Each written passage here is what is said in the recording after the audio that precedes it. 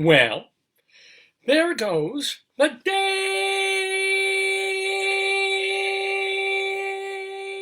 Good morning, everybody. That was I was having like two-tone sore throat there, ladies and gentlemen. But no, I'm in perfectly good voice on this perfectly good morning, Saturday.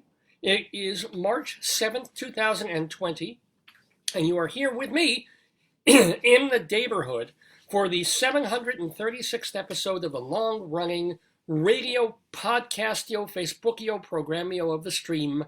We call it Dave's Gone By, because I'm Dave Lefkowitz. My darling and adorable wife Joyce is here in the Daverhood as well, and I expect so many of you to be joining me today, not just for all our usual stuff, but we're very, very excited and proud about our guest. Tell them my watch party's going so slow. Okay, fine. Well, maybe there's might be some issues with our connectivity seems to be fine. Knock wood. We're 2 days away from Purim, so Rabbi Saul Solomon is very excited about that. He will be here with us to talk to our guest and also do our story time for the morning. As a matter of fact, it's so great, it's so much. Let's get our theme music done, and then I will tell you more about Dave's Gone By in this particular episode right here. Good morning. There goes the Daverhood. And there was much rejoicing. Didn't your meds kick in yet? You got David Lefkowitz here. He's a Long Island arts guy. He's got his own radio show. I want you all to really enjoy a wonderful program done by a fine artist. A glorious thing of unparalleled beauty. Dave is one of my very favorite broadcasters, so keep on listening to Mr. Dave.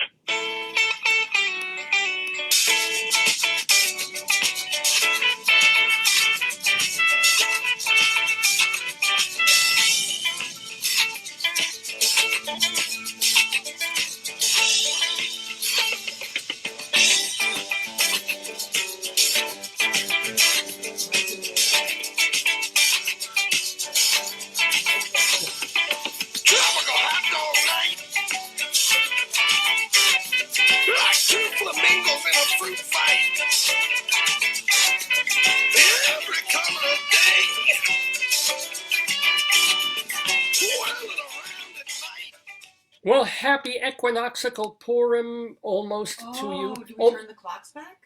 This Saturday night, tonight, is turn clock back time, which doesn't mean it's 3 months away from the actual equinox. Tell But Mike and Warhol. Welcome, by the way, to Mike and Warhol. Ask them if they're going to turn their clocks back. I don't think they have a choice. No? I don't think anybody has a choice in that. Like, somebody wants to live an hour off the grid. I don't know if anybody does that. That happened to me one time. When I was actually, this is kind of fun because the person that this happened with is going to be the guest on, welcome to Joshua, the guest on next, John, welcome to John. Want me to make you an egg cream? No, I'm good. I've got my tea here. Thank you. Well, that's just going to make, my wife is asking if I want an egg cream to soothe my throat, and I would say a little bit later, but that's phlegm. That's welcome to Greg. The person that this happened, I remember years ago, I was working at, I usually call it the place that will not be named, but I'm going to name it because we're going to be talking all about it next week, is Playbill.com. I used to be the managing editor of that website, and before I became the managing editor, I had a boss. Very good, very good boss, and we've stayed acquaintances, if not close friends over the years, and as a matter of fact, he's going to be our guest next week, Robert Biagas. Oh my God, that takes me back. Next week in the Daverhood. It takes us all back. But there was one time that I come into work, and I come in, I put my coat down, put my stuff down, start getting because I need to start my day with the coffee that I would get from the bodega and the little slice of cake that I would get. And he gives me sort of the stink eye. And I'm like, hey, and he's like, any particular reason you're late? And I'm like, I look at my watch, and I'm like, what are you talking about? I'm like 20 minutes early. Yeah. And at that moment, the light bulb dawned on him that he had not reset his watch. Come on. And he had gotten there like an hour earlier because he was still, changed the clock weekend. Nobody else would be there. Didn't he, when he was, at the store on the train, or didn't he, realize that, things were different? He must have, I don't know how he got, he must have been on a Westchester train or something like that. The Metro North. Megan says hi. Well, welcome. Thank you, Megan. Welcome, and welcome to Tony and Dan and Michael and Angie and Alex and Megan Megan. and Jeffrey and all the folks. Matthew, Mark, George. But that actually happened. And remember, the interesting thing about this is that we changed the clocks on Saturday night into Sunday. So he would have had to have been a whole day kind of off, or just maybe not set his bedside clock or his I watch. can tell the story. Well, go ahead. I used to give tours of my high school, which was called Christ the King. Yeah. And they were on Sunday around this time. And we used to always have the parents, prospective students, and we always would get into fights because some people would set their clocks back and some wouldn't. So they'd say the same thing, why isn't everyone here, whatever. And I'd say, I'm early, but we start in an hour. So it was the same thing. Yeah. Some parents would be early. Yeah. But it was kind of funny because he realized immediately, he's like, oh my, he had come in a full hour earlier, assuming it was just on time. So that was that actually happened at one point. I like Robert. Robert's a nice man. Oh, he's great. He was one of the best bosses I've ever Where had. is he now? Well, Robert, we're talking about next week's guest, but next week's guest is Robert Viagas. He was managing editor of Playbill.com for several years. Then he went back to work for Playbill. He ran the radio stuff that they were doing. He wrote books for them. He was, I forget his other jobs. Should have been you. No kidding. Should have been you, baby. We'll be talking all about that. But in more recent times, he teaches theater. A lawyer? Yeah, he teaches theater at, I don't have all the notes in front of me, but it's a local college or university, which is great. And he lectures. Yeah. Robin said to tell people, at least now the cell phones automatically change the time or else everyone would be screwed. Yeah, it's true. That's also one of the reasons now you're more likely to. Because all the phones and the TVs and the cable boxes are automatically set for you. But if you don't think about your old-fashioned little watch, does your Fitbit change? Only when my Fitbit connects to the mothership. Yeah, so you could very well not be thinking, look at your watch like, oh, crap. And I always keep 2 or 3 spare watches just in case. So I'll go in the drawer and I'll pull out a watch and I'll think, months later, like 3 months after we change the clocks back, I'll put on the watch like, wait, I'm running late. And then I'll look over at the clock in the room and it's, I haven't reset this since I've been there. But this is the weekend. I'm sending the watch party pictures of send them pictures of watches. Yeah, it is a watch party. But that's the thing. So this is the big weekend, man. Monday night is Purim, the most fun, most delightful Jewish holiday on the calendar. Oh, it's a minor one, but still, we'll take whatever we can get. And, it is. It's the only one, really, that... Oh, somebody sent a lot of laughing. I don't know who. Oh, yay. But it's true. Purim is the only one where there's just one person who dies and it's the bad guy, right? Because in Egypt, we're not the Passover thing. We're not supposed to be too joyful because God killed thousands of Egyptian firstborn children. It's like not very happy, and we were slaves for 40 years. So it's kind of Passover is a bittersweet one. And then, of course, there's Shoah, which is all about the Holocaust, so that's a joy and a half. When we have a harvest holiday of Sukkot, and Simchas Torah is a good one, so that's a super happy one. But Purim, you're supposed to get drunk, put on masks, dance around, eat jelly apples. Oh. God, I don't understand this at all. What am I looking at? I'm looking at a blank screen. What am I looking at? Oh, Megan says, love you all, you crack me up, you always lift my spirits. That's the first time I've ever done that for anyone. I'm usually a spirit crusher. I send people into depressive tailspins. Watch party's blank. Why is it blank? I don't know what's going on, but that guy unplugs it. Annie, yeah. And I'm glad that we're going through. I don't know why your watch party. You might have to reload it or something like that. I can't. But anyway, the joyful part of this is not just that we've got a Jewish holiday coming up that I don't really even celebrate. And it's not just that we lose an hour of sleep this weekend. Wow. Share it again. Oh, share it again. And then, although as anybody who's been watching or listening to this program for 17 and a half years knows that the idea of coming out of work at 5 o'clock in the afternoon and it's still bright and sunny out is a magnificent thing. And that as of Sunday night, tomorrow night, you could be out at 6:30 in the evening and close to 7. I'm gonna reset. And it's still kind of light out, which is pretty amazing. David, I'm pretty gonna well. restart Yeah, the just watch reload. party. Just No, reload. I reloaded. It doesn't have to get out and get in. Look, Oh. look. It's, Oh dear. yeah. What, Danger, Will Robinson. Maybe I mean- maybe shut down and reload your lappy toppy. Folks who are watching in the watch party, one of them is going to close down and come back in about 2 or 3 minutes. And by the way, welcome to Johnny. I haven't seen you before. Welcome to the Daverhood on this Saturday morning, March 7th, 2020. We're calling this episode Malone at Last. Get it? Malone. And this kind of the comedy that I do. This is the comedy that keeps Megan from killing herself. Because she hears a joke like that, it's, Dave, I'm going to live another week. She can. She's out of the watch party. Yeah, she'll come back. Or just come and watch us the regular way on Dave's Gone By on Facebook here. But there were a couple of different ideas I had, or thoughts I had, for titling the show. It was going to be All Malone, which is not so bad. Something about Bugsy Malone, which doesn't sound so nice. How come it's not? I honestly don't know. There are people who are watching me on camera now. I'm assuming it's working for you guys. I don't know why it's not working for did you reload Facebook completely? No, I'm going to do that. Okay. Yeah, just restart Facebook. I'll restart the computer. Yeah. All right. What was I talking about? I don't know. It doesn't matter. Purim. It's 3 hours of just me yakking here. Purim. No, I was talking about our guest in the Daverhood. Yes. We're calling the show Malone at Last because our guest is Beth Malone. Now, Beth Malone is an actress who has a Tony Award nomination because she was in the Tony-winning musical Fun Home. You remember that show? That was Is she from UNC?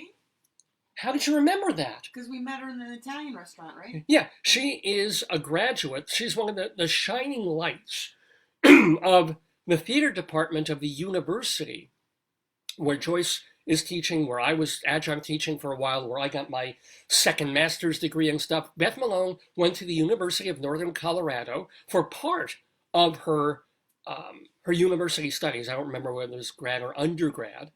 So she's one of the people that the theater department points to and says, look, she came out of our training and she's on Broadway. She's off Broadway. She's done a ton of regional theater. She is a success story. And she really is, because right now she is off Broadway in a revival, a very, very well-reviewed revival of the unsinkable Molly Brown. Nobody ever thought they'd be doing that show again, really, in New York, except maybe at Encores or a York Theater musicals and mufti thing. But they went back, they revised the book, and they cast Beth Malone as Molly Brown, which is a perfect thing for her. And also for UNC, because she was Denver-based. This was Molly, who came out of rough and tumble, became rich. She married well and became rich. She was, the Molly Brown house in Denver, Colorado is named after her, that big hotel. She was also a survivor of the Titanic. Go figure. And so Beth Malone has been doing Molly Brown for several years. She did it. The camera's on, but I did it again. It's black. I don't know why. Okay. She did regional theater. She has done the show a couple of times. And then there was this talk of bringing it to Broadway. Hasn't happened yet, but the reception for this revival of the unsinkable Molly Brown has been so good that people are, I wouldn't be surprised. I would not be surprised if it either moves or transfers. By the way, speaking of transfer, it's a production by The Transport Group, is the name of the theater company that's doing it. And Molly Brown is getting, Beth Malone.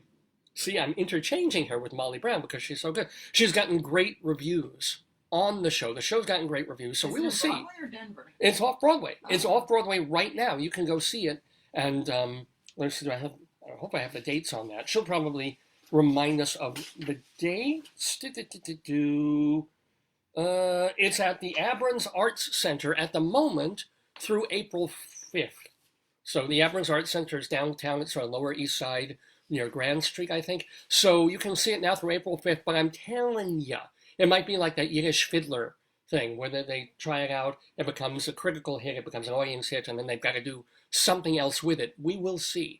But for this morning, in about an hour and a half, Beth Malone will be joining us talking to Rabbi Saul Solomon about her career, about growing up at least part of the time in Colorado, in rural places. Now, this is a woman who came out, and it was not an easy thing to do at her age, and do the things that she did, and live in the places that she lived, and be an out person. We'll talk about that as well. So it's Beth Malone in the Daverhood, Unsinkable, and generally the Rabbi is unthinkable. So we'll have the unthinkable versus the unsinkable today on this 736th edition of Dave's Gone By. Also on the show, we will have Greeley Crimes and Old Times. Haven't had a chance to do much of that in a while. I think we did it last week, and that's since we're talking about Greeley, Colorado, which is where the University of Northern Colorado is.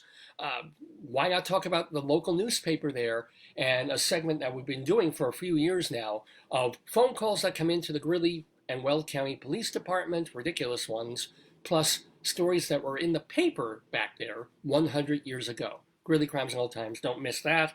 We'll go inside Broadway for news of the Rialto. And, we'll have story time. Rabbi Saul, since it is Purim, he's going to be doing double duty today. I said duty. He will be doing double duty today because not only will he be interviewing Beth Malone, but he will be doing story time just in time for Purim of this book, my first book of Mitzvos. Yes, ladies and gentlemen. I hope they got permission for this. What, babe?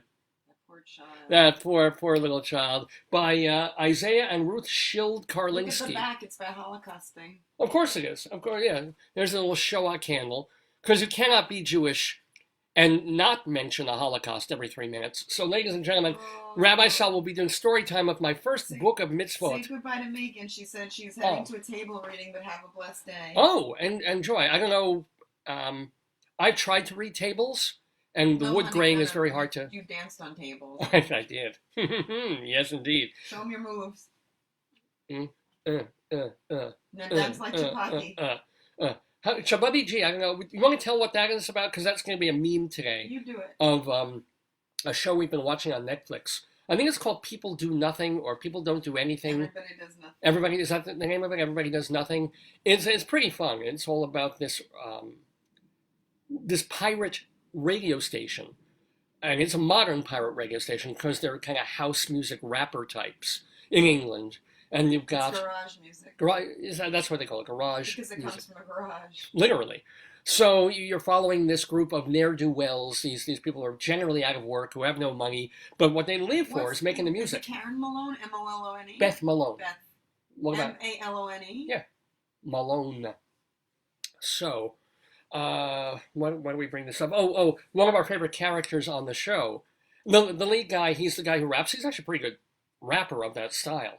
But there's this fellow who is the jack of all trades. He's kind of a modernized version of Apu, in a way. And it's played by an actor who I think is of at least partial South Asian extraction. Very, very funny character. And he's the guy, if you pay him like $10, if you pay him anything, he will try and make it happen. If you need to build a baby's room and paint it and make a crib, he will do found objects and do whatever he can to make it happen. He'll set up a nightclub. He's like, no job too big or too small for Chabuddy G to get done. Indefatigable. Yeah. You made the baby's crib out of a grate from a barbecue grill. Yeah, exactly. I mean, he's a lovable character. You got a little impatient with him because he has just terrible luck with women. And he picks one girl that he loves to pieces, but she took all his money. No, she was basically came over illegally and was with him and brought over her brother who was her boyfriend, and they were having sex while he was in the other room. And then she took all his stuff and she took his Mercedes. Yeah. She's a horrible, horrible woman, and he just still loves her. Aldana, right? Aldana, yeah. So it's a fun show. It's he was in the baby store trying to pick up mothers. Well, I don't blame him. But would you rather have picked up babies? Yeah, that's true. And the only way to pick up babies is really by the scruffs of their neck. Hold them between your teeth, and then, just drop them. Because babies are so soft. There's a special sound that they make when they hit the floor of a Target. It just goes right through you. Why are you so sick? You're very That is my humor. That is what you've married me. You've been with me for 24 years. We've been married 22. You don't know my sense of humor? No. You don't know that we have kind of different senses of humor at this point? No. to some extent. But what I need a Chabuddy G in my life. I need some guy that I can turn to and go, okay, I want to do a live stage show, Chabuddy. Make it happen. Let me concentrate on the art part. Here's a paper clip, a coat hanger, yes.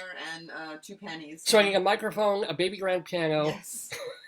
a stage, yes. sparkly things behind me. Yes. Go Chabuddy G, make it happen. That's what I need. Because I do want to tell you folks that I am more than toying with. I am hoping to implement within the next few weeks a live stage version of this program. Yeah. We're going to call it Dave's Gone Live. And it'll be like, we'll try it once. I'm thinking of doing it once a month for a while. And we'll do it in sort of a cabaret, a very small theater space, where we adapt this program for, it's not going to be 3.5 hours, I promise. It'll be like an hour long, 55 minutes, cabaret length. I'm putting Dave's Gone Live cabaret show coming. We'll have Rabbi Saul as part of it.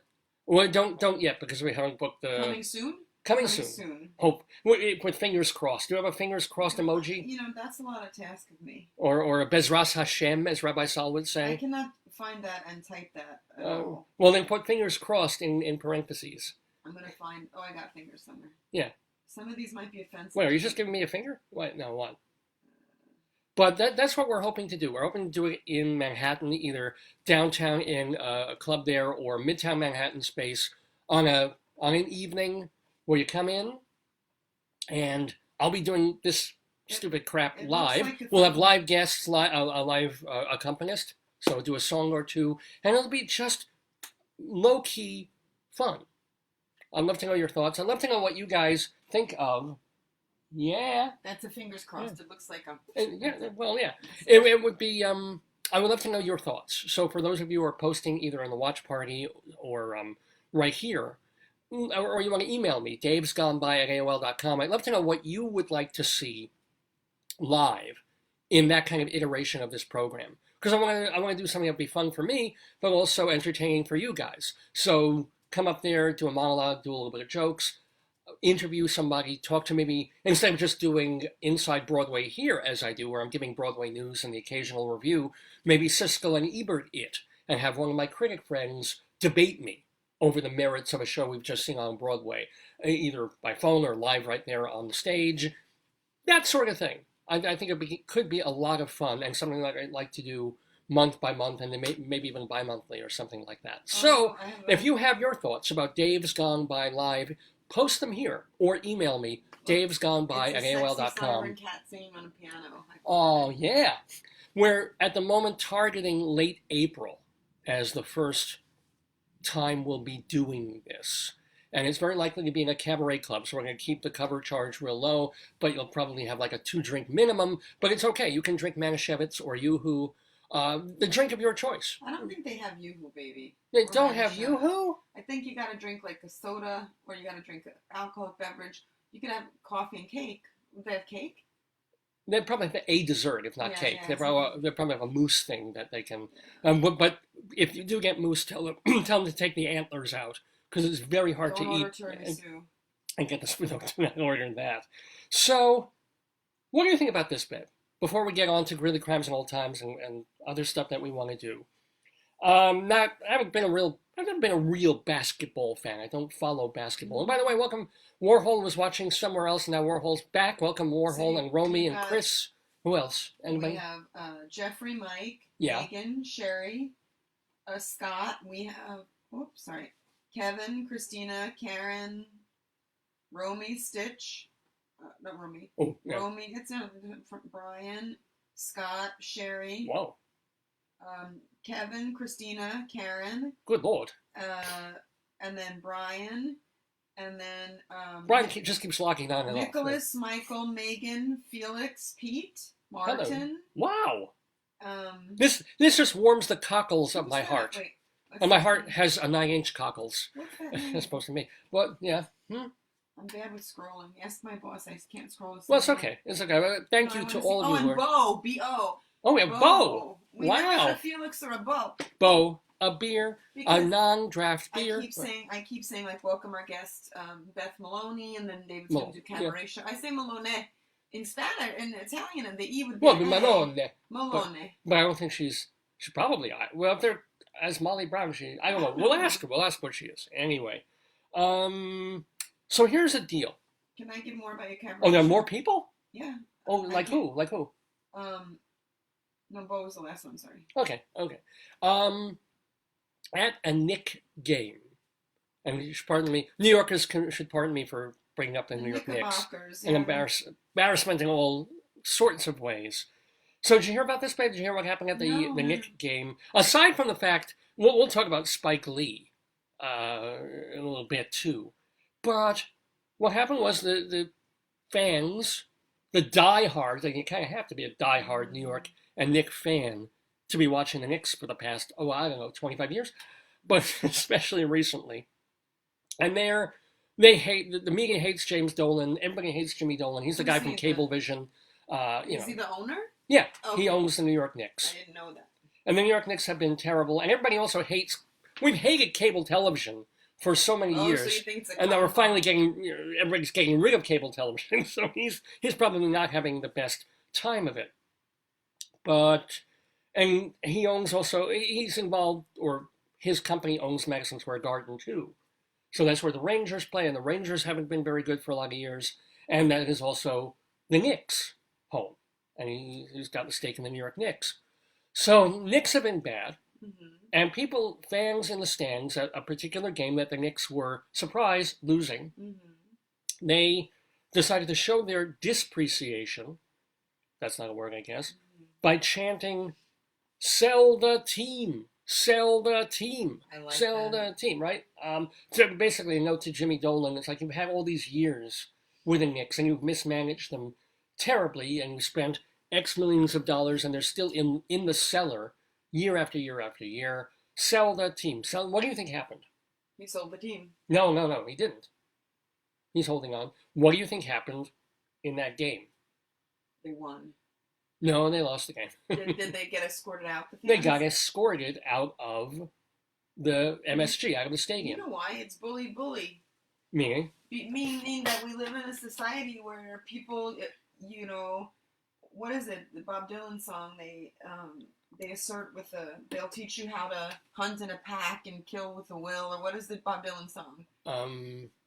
They'll teach you to hunt and kill, and I think that it's aggressive. It's aggressive behavior, but that's what happened. On the part of MSG. Yeah, aggressive, because I'm sure the guy said, "I own this team. It's my garden. Get these people out." Right. Does he have the right to say that? No, it's freedom of speech. That's what I thought too. If they're cursing and saying "F the Knicks" or whatever, or they're saying to an individual person "I want to kill you" or something, that's a threat. Yeah. Or burn the house down, like fire or something. But if they're saying sell the team, they can do that. Oh, absolutely. I mean, I'm agreeing with you. We used to say "Let's go Mets," and they used to say something else about the Mets bad. We didn't, as Girl Scouts, they didn't. Yeah, but they didn't. But that brings me back. Do you guys remember this? That back in the day, if you were a New York Met fan, and you would see this in the '69 World Series stuff. A fellow who would diehard Met fan.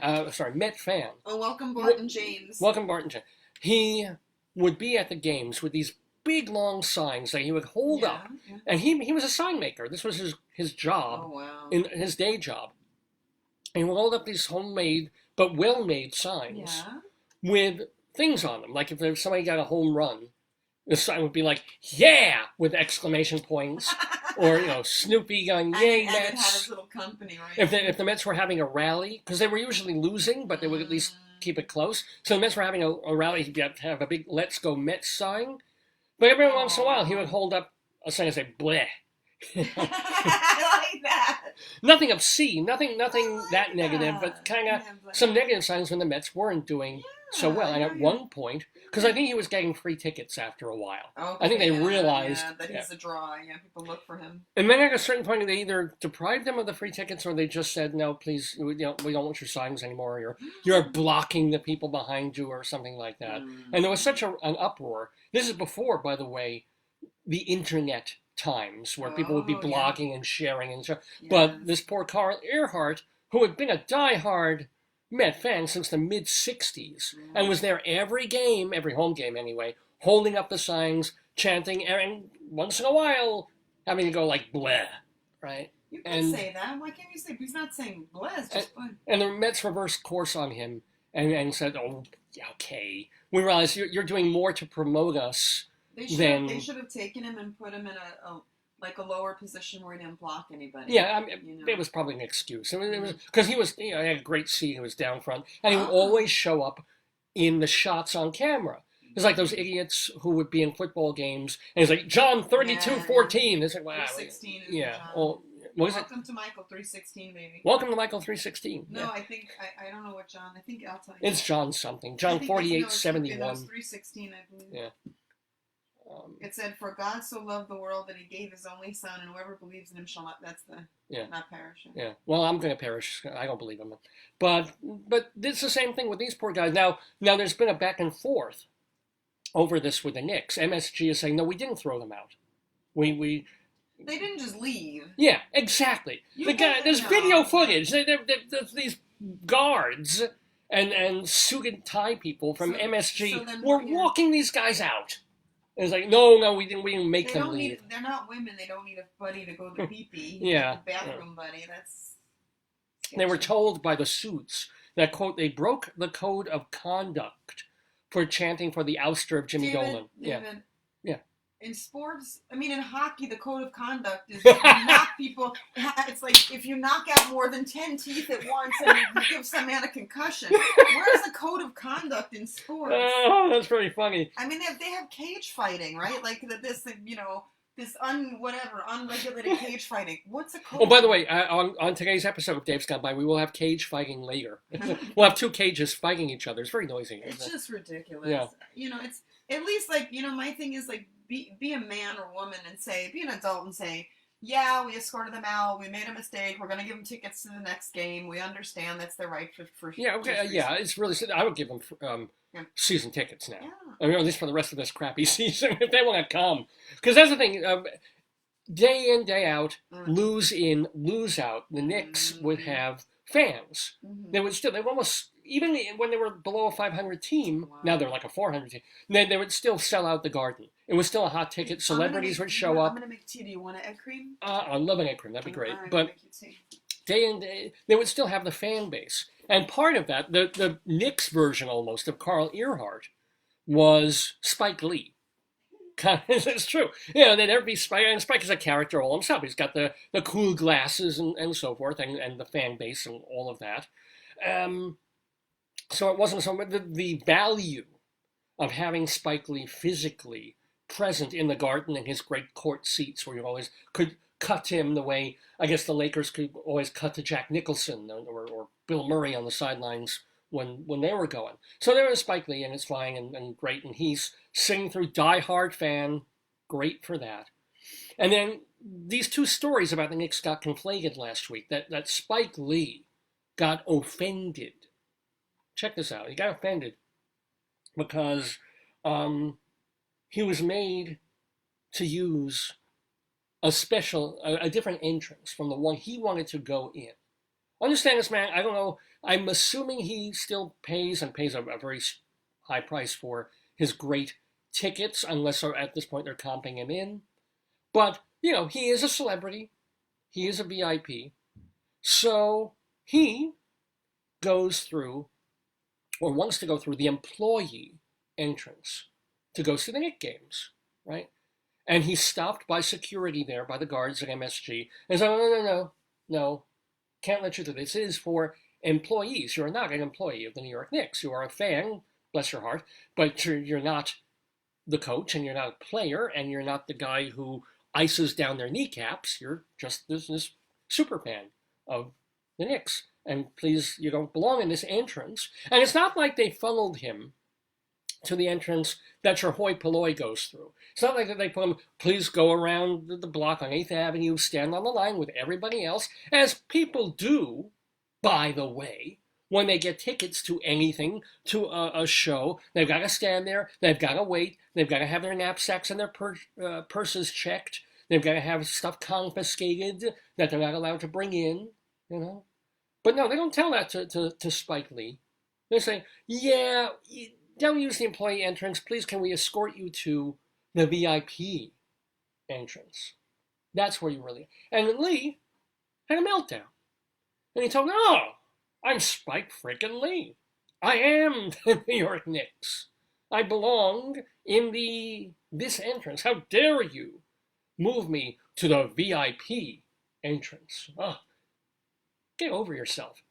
When was the last time you had a hit film, Spike, let alone anything? But seriously, man, check yourself before you wreck yourself. And now he's boycotting the New York Knicks. He's not going to games that, your average fan who still loves the Knicks will gladly, they'll take his seats very gladly. These people who have to scrimp and save and will make $20,000, $30,000, $50,000 a year instead of $1 million or $2 million or $5 million a year making movies and TV commercials, they would be very, very happy to be sitting there and to wait around the block for 45 minutes to get into Madison Square Garden to sit and watch the game. But no. Spike, no. Oh, thank you ever so much. You just, Yeah, I'm gonna gave a nice stir.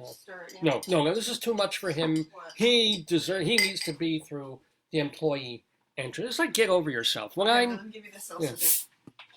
Yeah. As a theater critic, as I have been for many years, it's always given me a certain level of perfect. It's very chocolatey, less milky, because I know you wanted chocolate. The ladies and gentlemen, the New York treasure, the egg cream, made for me by my darling and adorable wife Joyce. But as a critic, I'm not going to say that I don't get a little lift, a little boost when I go to the theater and there's people waiting around, and then I go up to the press people and I say, press, and they kind of move me forward sometimes. Sometimes I could go back and wait on the line, and sometimes they're like, oh, well, come on in, we vetted you, go in, your press, and, I'm coming in and there's my name blocked off on a couple of seats, which they do for anybody who's reserving tickets, but as I reserve a press, Lefkowitz, it makes me feel like a macher. It has for 30 years now of being in a small, I won't do it on Broadway, but if I go into some small, especially an off-Broadway theater, and I'm treated like somebody kind of important, makes me feel good. But if I'm not, as long as they've reserved seats for me, decent seats with decent sightlines, which in a small theater they're all going to be, and I get in, and my tickets they're generally free, because it's part of my job, it's what I do. Thank you. Thank you ever so much. If I have to stand and wait with a crowd to get in a while, just like all these other people are doing, people who paid to get in, and I'm getting the privilege of being let in free, Wow. I'm going to be like, well, thank you very much. It would have been nice if somebody had escorted me in and I didn't have to stand online, but you're giving me free seats. Thank you. Yeah. Spike Lee, take the VIP entrance. Shut up. Enjoy the game. Well, it's the New York Knicks. I'm not going to enjoy the game. But just, take what is offered with grace. It's just, it bugs me. This sense of privilege. Can you see me giving you hearts? Who's giving me? I'm not. Oh, let's see. I've got Scotty, Tony, and Estrella. Oh my God, Estrella tunes in so often. It's so great to. James just joined. We have two Jameses. Hello, James. Michael between two Jameses. Well, because we mentioned the King James version of the Bible before. That must be it. Did mention them. That's true. I wonder if his friends called him King Jimmy back in the day. They called him JJ. JJ. Remember last week, Rabbi Saul was talking to. JJ? No, his guest. It was a funny thing about Spanish class. Oh, he was called like Pepe. He was Pepe. And his Hebrew name was like... nothing related to Pepe whatsoever. No. That was very That's bizarre. kind of beautiful. That was it Ray Bachor he was talking to? No, it was more recent. It was the guy who did the Steven... We had Steven Universe. No, who was it? No, Steven, the guy who does the shows year by year. Oh, right, Scott Siegel. Thank you very much, Scott Siegel. Yeah. Or as we like to call him, Steven. No, we're now going to call him Pepe. No, but his name was like Menachem or something, right? Yeah, right, Menasho. So you're right. Absolutely right. It made no sense, and then they called him Pepe. Like, my friend has a bird called Pepe, so when he said it, I thought of her bird. Like, that's a problem. And if he, see, he's a Jewish guy, he's talking about Menashe. If he'd gone to church and sat in a particular place, then they could have called him Pepe Le Pew. That's the kind of comedy we do here on Dave's Gone By. Yes. This is what keeps Megan alive, listening to jokes like that. Except she had to go already. She's not even watching now. We have so many Megans. I don't know which Megan went to. We have more Megans? Can you tell me? She said she went to a table reading. Is that just a staged reading? No, this is before. The table readings are really great. Early. A playwright writes a play, and they sit around the table. And they do it sometimes, maybe for the first time, they get all the actors. A staged reading. Yeah, it's a step before anything. It's a step where you're trying to figure out if the play works. So you're still editing it? Maybe, or it's a step or two before full production. You're going to give it a read. If it's on the way to production, then you do a stage reading, which is bare bones. Right. No, but even before that, you're going to sit around a table and look it over and see if it works and see how the characters are going and that the actors are getting it into their bones. It's kind of a neat thing. Well, congratulations to Megan. The people who are on the stage reading, are they the actors or are they the writers? Well, a table reading has no audience. Table reading is just pre-rehearsal. No, but who's reading it? The people who have the parts, or is it the people who wrote it? It's the playwright is there too, but it's the real actors who do it. Okay. It may not be the actors who end up even doing the show, but you get a bunch of actors in there to read the play. It's like when they make a song and then they have someone singing on a demo and then they record. Someone else could record it. Okay, I understand. But this is not in front of an audience. This is totally internal. Yeah. We never use that term. I never had one. No, but I know staged reading. I know that. Stage reading already, you're bringing in an audience. A stage reading is the play is there, the actors have rehearsed it a bit, they just are not off book. You're staging it to the audience. That's the stage. That's a stage reading. That's already, and that can be anything from them sitting in front of lecterns in front of the scripts to being a little bit off script and having some movement and props. Interesting. Yeah, it's a reading, as it were. But table is internal. And then a preview means they're doing it for an audience in full dress, right? Yeah, a preview. Welcome, Joan. We never had Hello, Joan. Hi, Joan. Joni Mitchell came to join us. Joan, wait, what? No, it's not Joni Mitchell. If only. Not disparaging the other Joan who just tuned in. You are perfectly as much welcome as Joni Mitchell would be. Anyway. So, and welcome to Frank and John and Carolyn Wayne and all the other folks who have been tuning in to this Dave's Gone By, which will have story time, Greeley Crimes and Old Times, our Colorado Limerick of the Damned. We're going to be going to Minturn, Colorado this week. Minturn, Minturn, Colorado for our Limerick. We will have story time too. Sherry joined. Sherry, our Sherry? Or another Sherry? Sherry, I don't even know. Oh, and our Yesterday quiz. That will be coming up as well. Our quiz about things that have happened on March 7th in history. So it's going to be a great, great, fun show as we move forward. I said Dave's Gone Live Cabaret show coming soon in New York City. From your mouth to God's ears, as Rabbi Saul would say. Details to follow. Anyway, shall we do Greeley Crimes and Old Times, my dear? Shall we move to that next segment of the show? Since Joyce and I had been living in Greeley, Colorado. I mean, she's been teaching at the aforementioned University of Northern Colorado. I was teaching there for a few years. I'm also taking courses there.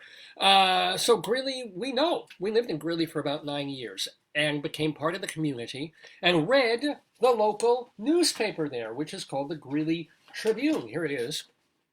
Now, every week, the Trib has 2 columns in it, weekly columns. One of them is called Cop Log, and this is where phone calls that come into the police department locally, the funnier ones, the more ridiculous ones, are compiled. It's all public domain, public information, by one of the writers there. They keep changing up the writers who are doing the Greeley Cop Log. At the moment, I'm looking for a heart. I'm not sure who's doing it now. Trevor Reed, I think. Where's but the heart? I don't know. So there's that, and then there's another column called 100 Years Ago in Greeley, Colorado, and this is literally Mike Peters, our journalist friend over there. He goes through the newspapers back in 1920 from Colorado and posts the most nostalgic, amusing, weird, ridiculous ones that people were reading back in February and March of 1920. So we push all those together and we call the segment Greeley Crimes and Old Times.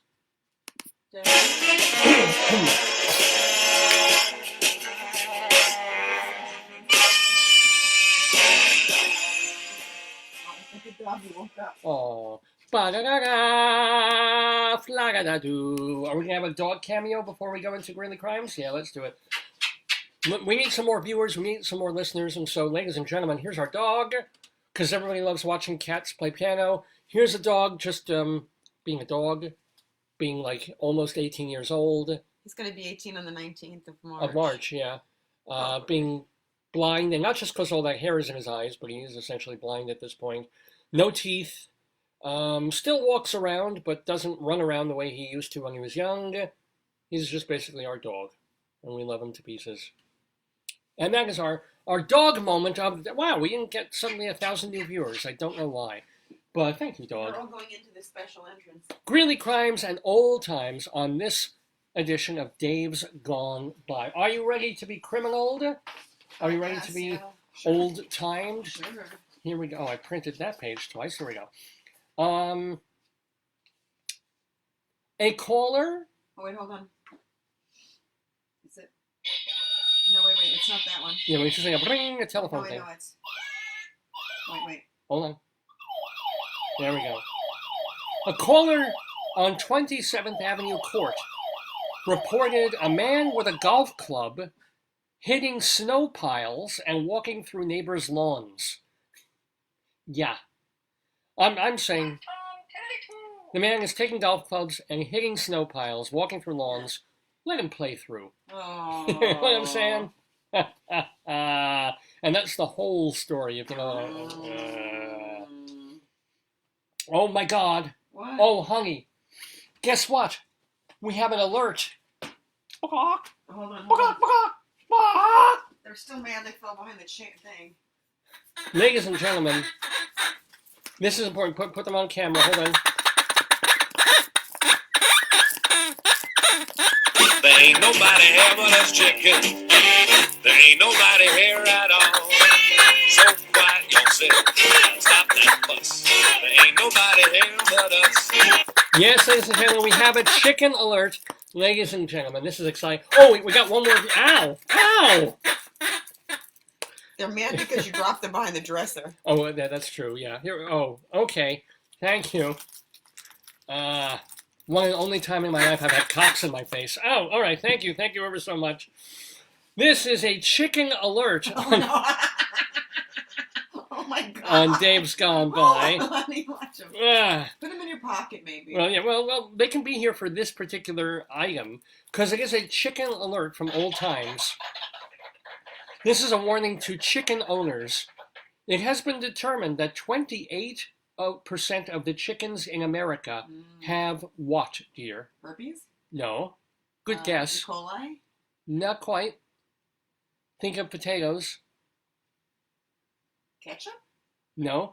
28, this is going back 100 years ago. 28% of the chickens in America, apparently, have tuberculosis. Oh my God. Owners should also note that overweight chickens don't lay as many eggs, so they should be put on a diet. How do you put your chicken on a diet? You get a treadmill. You take it to Weight Watchers. Yeah, like, exactly. Come on, chicken. A regimen of chicken exercise. Right? But it's so interesting that back in the day, 100 years ago, it was about keeping your chickens slim so they could lay more eggs. Yes. Now, we're in this thing where we just pump them with hormones. We let them get as fat and juicy as possible because we're going to slay them instead. But anyway, so I'm very sorry that this was such a negative chicken alert. Do these chickens? How do they look? Do they need a diet? Are they okay? No, they look good. They look a little bit stoned. Well, it's Friday night. They went out. Look at their eyes are like all glassy. Though. They had a feed. Oh, look at it. Hey, they sound good together. Look at it. I believe that's how they speak. They have a language, right? Chicken language. Yeah, they are. Let's see. But they sing well, too. Should we do a Purim? There aren't a lot of good Purim songs, are they? Song? Hava, Hava, Hava, Man, okay, enough of that. I thought that was going to go somewhere. It went absolutely nowhere. I apologize. Oh no, my cord fell out. Oh no. Oh Why, dear. you want your cord? Yeah, can I have Here, my sorry, here. little white cord? Thank you. Jeepers. Oh, my little gray cells. Here we go. So, moving on with more of Greeley crimes and old times. Let's go elsewhere. You're going to enjoy this, I think. Sometimes, even though we're talking about Greeley, Colorado, in this segment, we will go elsewhere across the country and across the world for news items. Right now, we go to Los Angeles, a story that was published in Fox News. This was the headline this week, ladies and gentlemen. This was an actual news headline this week. Dateline Los Angeles. William Shatner awarded horse semen in his divorce settlement. I shall repeat that. I'm not going there. William Shatner awarded horse semen in his divorce settlement. William Shatner and his ex-wife Elizabeth Martin have divvied up their assets, according to the story. The award-winning actor is walking away with a former couple's supply of horse semen. Yeah. Shatner, do you know how old William Shatner is? 80? 88. God bless Who him. divorces when you're 88 years old? No, didn't he kill his last wife? Well, no, one of his wives drowned in a swimming pool. Let's not be sued here. And now this recent wife, because, wouldn't you figure that by 87 years old, whether you're getting along or not, you need someone to bring your daily oatmeal and change your bag? I'm sure he married a lot of people for money. Then they married. Well, whatever. So they're on the outs. She got a ton of stuff from him, maybe half the house, or Lord knows, but he gets to keep the spooch. He gets the horse cum. Well, no, but I think it's important because remember the one Argentinian guy? He cloned his horse. Yeah. That he had a racehorse that was so, like a polo horse that was so successful that he cloned it because he loved it. Yeah. I get that. I do if get you're 40, if you're 60 years old, he's 88. Yeah, but what does he care? To sell though, he wants to make a baby from that horse and sell it. And do what with the proceeds? He's 88 and rich as Croesus. But he has children. Does he? Do he have children? And sometimes in divorce, I think what happens to people is they'll fight over a lampshade. They'll fight over a throw rug. They'll fight over a spatula from Kmart, No, but I understand it's a valuable thing to have this horse. I get this Spurtle. Well, a horse Spurtle a few times. No, but to have a bucket of horse jizz is worth a lot. Frozen, and then maybe the horse is a winner. But I'm just saying, what is he going to do with the proceeds? Let's say the horse is makes a bunch of secretariats. Yeah. And it's worth $3 million. What does William Shatner need with $3 million? And what's he going to do with it when he's 94? Where's he going to go? What is he going to spend it on? Bequeath it into somebody else. Somebody else could have the, a relative could have. If it's a success, horses are they're like. Yeah. I remember I was on one plane and they said there was a horse on the plane for some horse race or show. Yeah. And the horse. Win Place Horse Show. Yeah. No, but how many millions of dollars? Cheapers. Yeah, it's it's not, Well, they had 4 horses, which they split. She kept, no, I'm not kidding. This is not a joke. They had 4 horses. She kept 2 of the horses. The apocalypse? According to court records. The actor, he got to keep Renaissance Man's Medici and Powder River Shirley. Shirley must be joking. And Martin, his ex-wife, will get Belle Rêves, So Photogenic, and Pebbles. Oh, Pebbles. Pebbles, yeah. Along with who gets the mutter? I don't know who gets the fodder.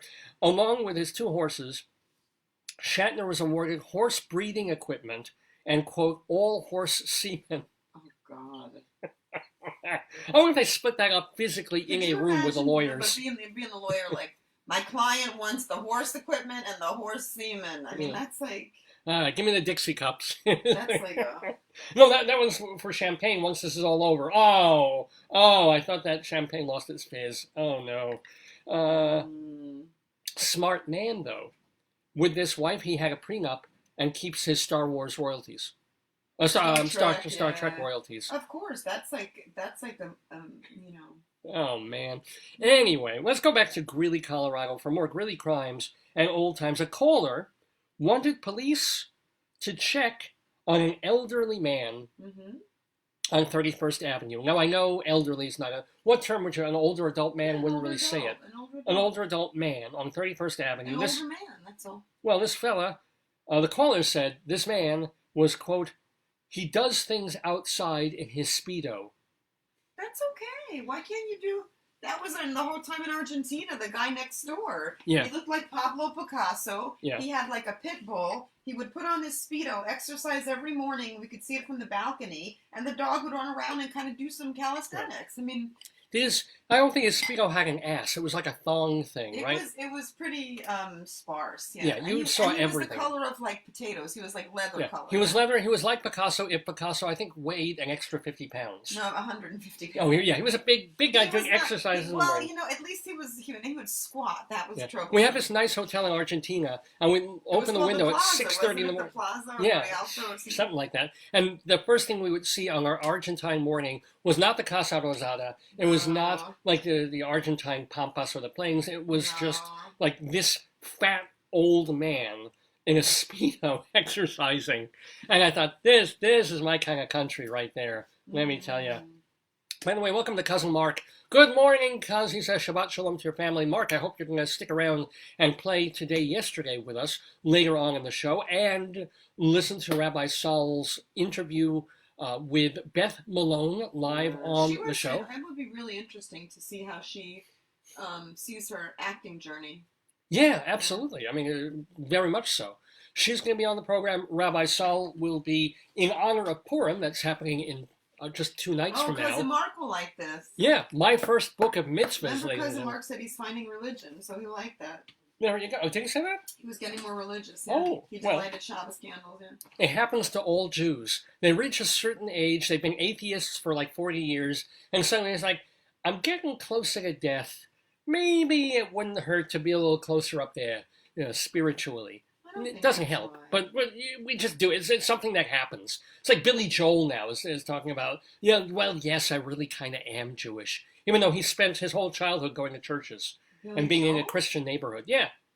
Who knew? Did you have any idea when you were young that Billy Joel was a Yid? I thought he was Italian.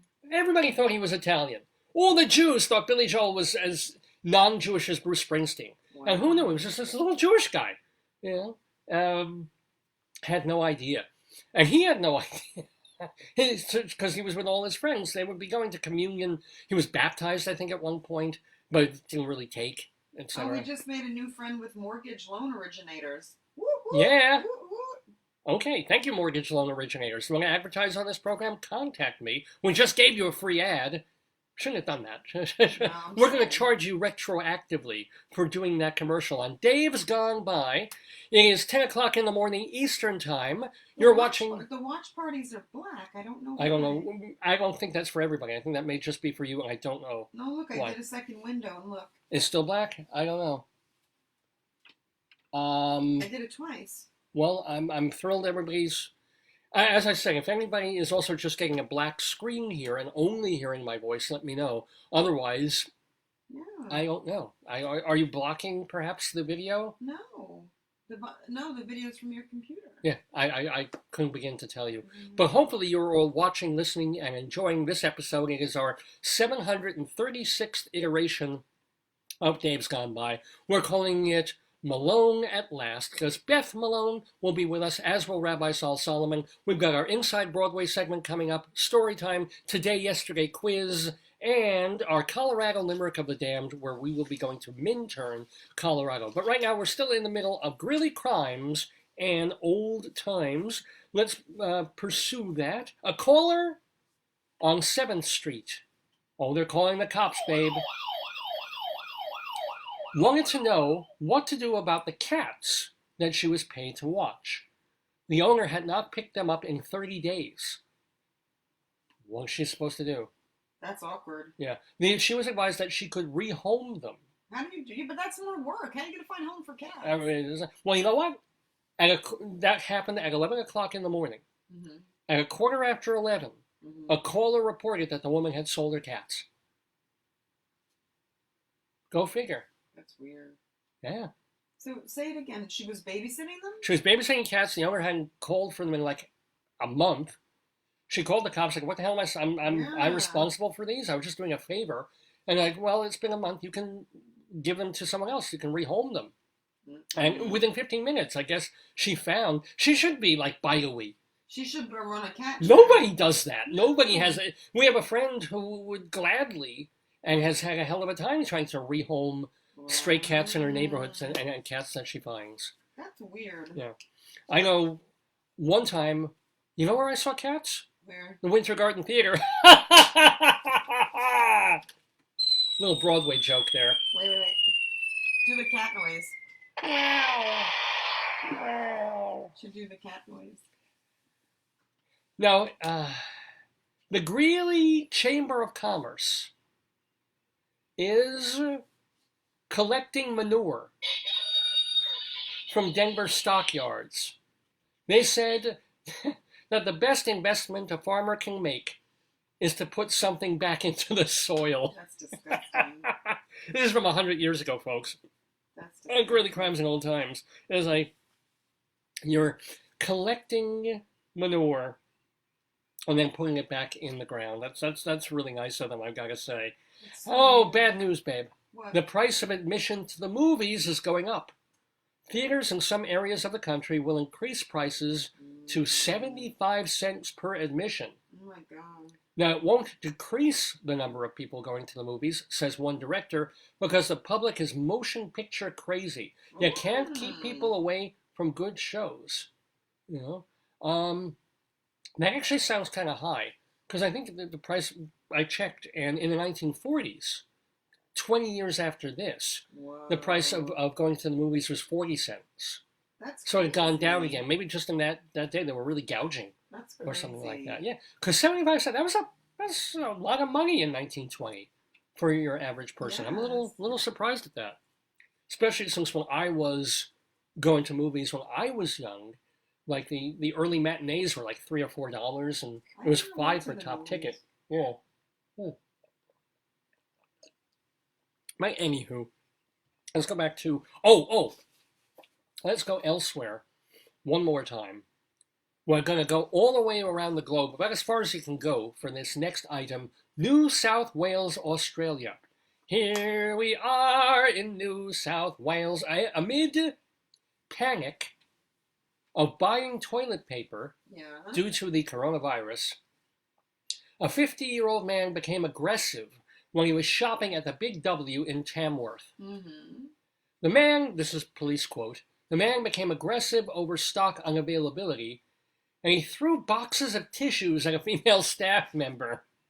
I hope they were clean tissues, that's all. When a female customer approached the man, he allegedly grabbed her around the throat. Why would you approach someone throwing boxes of tissues? And screaming about toilet paper. You know, especially if you see someone who needs toilet paper that badly, you get away from it. You don't want to know why he needs it so urgently, you know? No. But he put this woman, he grabbed her around the throat before she was helped by another customer. She was not injured, by the way. Then this unhinged man stormed off to another store. That's where police tasered him during a struggle where he had one cop in a headlock. How do you taser over toilet paper? Yeah. And then he went for another cop's gun. It's like he wasn't shot. Well, that's like he's got issues. He has issues about tissues, I'll tell you that. He needs some help. He needs a... After being medically checked, the suspect was charged with common assault, resisting and assaulting officers. God. Now, the incident comes amid a shortage of toilet paper, blamed on panic buying in Australia, where more than 50 people have been confirmed with corona. Wait till they run out of diarrhea medicine. But I don't know, are we... I was kind of making fun of this 3 weeks ago, and saying people are going crazy, it's ridiculous, it's just this like bad flu. Was I being under... It's hard to say. We don't know the truth. Right, well, you can't handle the truth. What should we be? Everybody's saying, what is Donald Trump doing about coronavirus? What can anybody do about coronavirus? Well, you get tested if you have the flu to make sure it's not corona. Yeah. You wash your hands, and you clean door handles, you wipe down in an office, you wipe down stuff. In a macro government thing, what can be done? You just provide testing for people if they think they have it, and then you treat people. Can they treat it? I mean, you get the virus, the injection. So they have a cure. They know what the cure is? They're working on it. I think a couple laboratories are working on it, and they'll have it by probably end of the year. They'll have it. They're doing the first clinical trials. The first set of clinical trials are just to make sure when you inject people, it doesn't kill them, and then the second one is to make sure that they that it actually does. It does something. By the way, we have watching or listening now, or at least he tuned in a few minutes ago, my friend David from high school. David is a doctor. He's been a doctor for many years. David, if you want to chime in on this, if you want to type in, what are we overreacting? Are we underreacting? Is the stock market... David? What? Dr. David. Yeah, Dr. David. DD. Who's been a GP, I think, and a gastroenterologist, or I'm not even sure what... It's been a while since we talked. But David, if you want to chime in, just any thoughts about this coronavirus, if it really is this epidemic threatening to become a pandemic, or are they just frightening us? Should we be as scared of it as SARS, more or less? Maybe if you decide to type in and chime in, honestly, I'd love to know. I think everybody would love to know and to get. They did like a 2-hour special on ABC News last night about Corona. I wasn't going to watch. I'm like, I don't want to handle this. I know. I want to spend 2 hours listening to questions and answers and still not really know what the hell's going on. But anyway, what is going on is that we're finishing up Greeley Crimes and Old Times on this edition of Dave's Gone By. Let's see, let's have one more crime, shall we? Okay. Police. I don't know why your show's black. That's bothering me, Davey. Well, thanks for the heart. Somebody sent me a heart. Oh. I don't know what that... I hope that heart isn't viral, and then if I touch it, I'm going to get the virus thing. But thank you, whoever sent that. Oh, it might have been from Bob. Oh, Bob, our friend from the John Montgomery Theater Company. He tuned in. Bob Cudmore. Oh, not that Bob. Oh, I'm sure Bob is doing great, but no, this is a different Bob. So anyway, police responded to help Atmos employees at a residence. Now, I should mention that Atmos in Colorado, or at least in northern Colorado, they're the ones who do the lighting and electric for houses. They're our version of LIPA, Lilco. PSE&G, like that. Yeah. So they're the folks who pay the bill to. Mm-hmm. Police were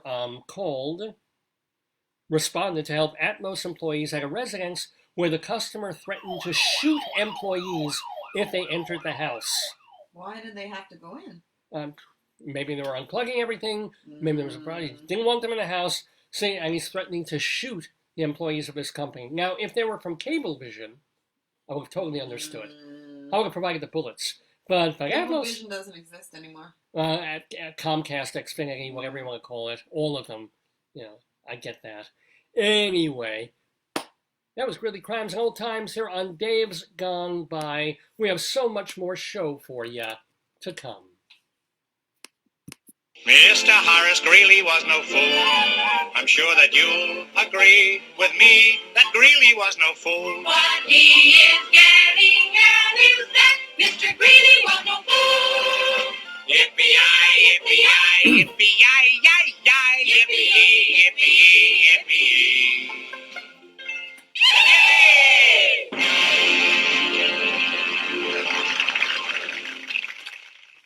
Ladies and gentlemen, you're watching the Dave's Gone By Facebookio, Podcastio, Programmio of the stream. I want to remind you a couple of things. First of all, that we do this program every Saturday from 9 until noon or thereabouts. Helping us do this program is support from our very, very long-time sponsor. In fact, they've been with us since our first episode 17 and a half years ago. Hewlett Minuteman Press, the copy kings of Broadway in Hewlett, Long Island. Oh, I was going to do this last week, and I totally forgot to do it. I had it literally up and ready to go. Hold on a sec. Oh, be patient, ladies and gentlemen, because Hewlett Minuteman Press, they have been around since the mid-1970s.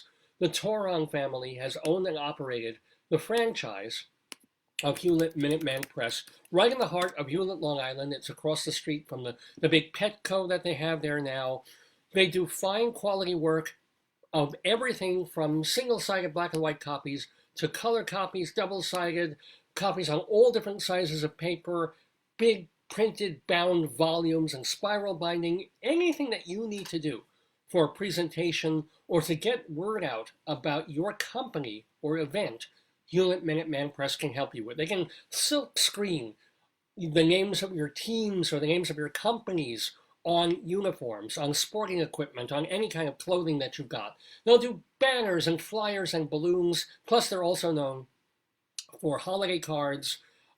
So, Passover's coming up, Easter's coming up, and they're known for wedding invitations too. They're Hewlett Minuteman Press. If you tell them Dave sent you, you get 10% off any job, big or small. Let me see if I have that in front of me. So, what's the letter? And let's do M for Malone. Since Beth Malone is going to be in the Daverhood with us in about half an hour, let's see what they do just for the letter M. Among the things, it'd be nice if they made this print a little bigger. They do magnets, mailers, mailing envelopes, mailing labels, master business card program. Not sure what that is. Matches. I guess they put your company logo on match boxes. Let's see. Membership cards, memo cubes, memo pads, moving supplies. They do that, boxes and all of that stuff. Monograms, mugs, multi-part forms, and municipality forms. So if you're a government office and you're watching this program and you're thinking of, I don't want to deal with Staples, I don't want to go here, I want a nice local company that I can, or a local franchise that I can get all my forms from, the things that have triplicate and duplicate and carbon paper maybe still in them. Hewlett Minuteman Press is the place to go. Give them a call, 516-569-5577. Area code 516-569-5577. Again, if you tell them Dave sent you get 10% off any job, big or small. Hewlett Minuteman Press, give them a call. 516-569-5577. They are the Copy Kings. And I do feel like, oh my God, we're going to wait until the Rabbi's back for the King thing and all the Purim fun, because Rabbi Saul is going to be talking to Beth Malone in a little bit. He will also do our Storytime segment, and we have our Colorado Limerick of the Damned coming up. A lot of good fun stuff in our Today Yesterday quiz coming on Dave's Gone By. But before all that, that I do love me some theater. Beth Malone, our guest in the Daverhood, is a Tony-nominated actress. She was on Broadway in Fun Home. Now she's off Broadway in The Unsinkable Molly Brown, and she's done bunches of other shows as well. She was in an off-Broadway musical that I think I saw called Bingo, the musical, all about people playing bingo, and there was an actual bingo game that happened around intermission in the show. And she was a marvelous wonderette. So lots of stuff to talk about with her, about her theatrical experiences. But I've been a theater critic, theater journalist, actor, playwright, director to some extent, for many, many years. Love the theater, love sharing it with you. And that's why every week on Dave's Gone By, we go inside Broadway.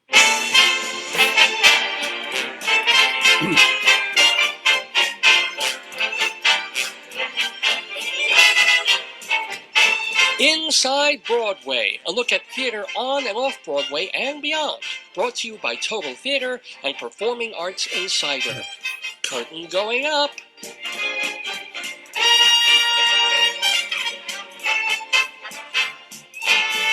Inside Broadway we go, and because I love to share Broadway news, and there's actually a Broadway show opening this week, and then a Broadway show that opened last week that the critics weighed in on, and I'm going to tell you what they thought. But first, let's talk about the show that will be opening this coming Thursday, March 12th, at the Brooks Atkinson Theater on West 47th Street. It's called Six. S-I-X, or number 6, and it has to do with the 6 wives of Henry VIII getting to reclaim their identities, singing songs about their lives, of who they are as people, because we just kind of think of them as six sequential wives. Yeah. There should be a joke in here somewhere that I can make about their heads. This is a heads up about the musical Six, and my hat's off Heads to are them. roll. Yeah, that's it. Yeah, hats off with the heads attached to them. But They wear a turtleneck. The show tried out at Chicago Shakespeare Theater in August, and it's done a little bit of touring to American Repertory Theater in Massachusetts and also Canada and Minnesota before coming to Broadway and opening this week. It's by folks who are new to Broadway. Toby Marlowe and Lucy Moss wrote it. It's got choreography by Carrie Ann Ingrouille. It's got actors, well, Abby Mueller is in there. Adriana Hicks. Sounds interesting. It sounds like a fun show, not so much a storybook. Take my phone to call the actress. No, she's calling in. But it's better She's not calling to. in. So can Yeah. she call me? No, she doesn't have that. Pardon me, folks. She doesn't have that number. She's That would got be this much number. better, though. Yeah, nothing I can do about that. Anyway, so that is happening this week coming up on Broadway. Now, also, a show opened on Broadway because we're just getting into the spring season now. You know, we're turning the clocks late tonight. Yeah. So this is now, we're coming out of the winter Joanna and doldrums. Lisa joined. Welcome to Joanna and Lisa. We're coming out of the winter doldrums for theater and Broadway, and bunches of shows are now going to start to open in time to be considered for Tony Awards. And it's happening even now in very early March. Opening just a couple of nights ago at the Belasco Theater on Broadway, a new musical with some oldish songs called Girl from the North Country. This is a show that Connor McPherson conceived and did the book for, and all the songs are by Bob Dylan from the whole range of his career. Now, if this sounds familiar to you, I talked about this show a few months ago when I saw it off Broadway. They ran it at the Public Theater over on Lafayette Street. And it was it was well received enough. And of course, there's enough people who have an interest in hearing Bob Dylan music on stage that there was talk of maybe having it come to Broadway, but then it was hard to find the theater, sort of fell through a little bit. And then suddenly things came together, and now it did actually open on Broadway at the Belasco Theater. And here's the deal. It's a low-key musical. It's not this big splashy Mamma Mia type thing. This is a sort of a sad little story about all these poor, really run-down, unhappy, destitute people living in a boarding house in the 1930s. And sometimes they spat and they fight and they also support each other and they kind of try and get along even though life is tough. And things kind of center around the proprietor of this boarding house and his wife, who is played by Mare Winningham. The wife kind of holds things together, but she is battling dementia. So now the husband's kind of got to deal with her as well as kind of keeping things going in this place that everybody's living. So I gave the show a mixed to positive review when I saw it off Broadway months ago at the Public Theater, because I thought it has the mood right, it's got a nice tone, but it's also a bit dull here and there, and I didn't necessarily like the way Dylan songs were being repurposed for something kind of shoehorned in a little bit. Everything kind of kept the same tone, but there were moments where I was like, oh, that's an odd choice for a song and an odd place to put it, an odd reason to do it, and an odd thing that it means in this context. And other times it worked. Other times, it felt good to hear the songs again. Now, understand, with these jukebox type musicals, there's no guarantee. With it, obviously, Jersey Boys, huge hit, really well done. The Carole King musical was terrific. And best of all, I think, was Jagged Little Pill, which is on Broadway now and repurposed a bunch of Alanis Morissette's songs in a very powerful and way that really, really worked. But there's other times you figure, oh, okay, we all know these songs, we want to hear these songs. We'll see very talented people do them on stage, guaranteed hit. And jukebox musical after jukebox musical has fallen by the wayside, whether there have been ones dedicated to songs by the Beach Boys, or before they were doing rock and roll jukebox musicals, they were doing tributes to people like Sammy Cahn and Julie Stein and folks like that. And still, Rodgers and Hammerstein even. Chaka Khan. So here's the deal. So it isn't a guarantee just because, hey, fabulous people, talented people doing great songs, instant hit. Doesn't work like that. that Broadway is a little more intangible in that way. And so that's why Bob Dylan also, if you remember about 15 years ago, Twyla Tharp, the great choreographer, she put together a show of Dylan songs called The Times They Are A-Changin'. And it was terrible. You had all these Broadway actors milling around a carnival circus setting, which would be just right for Dylan's milieu. And we're just sitting there going, oh my God, why isn't this working? We love the music. We know we love the music. What's wrong?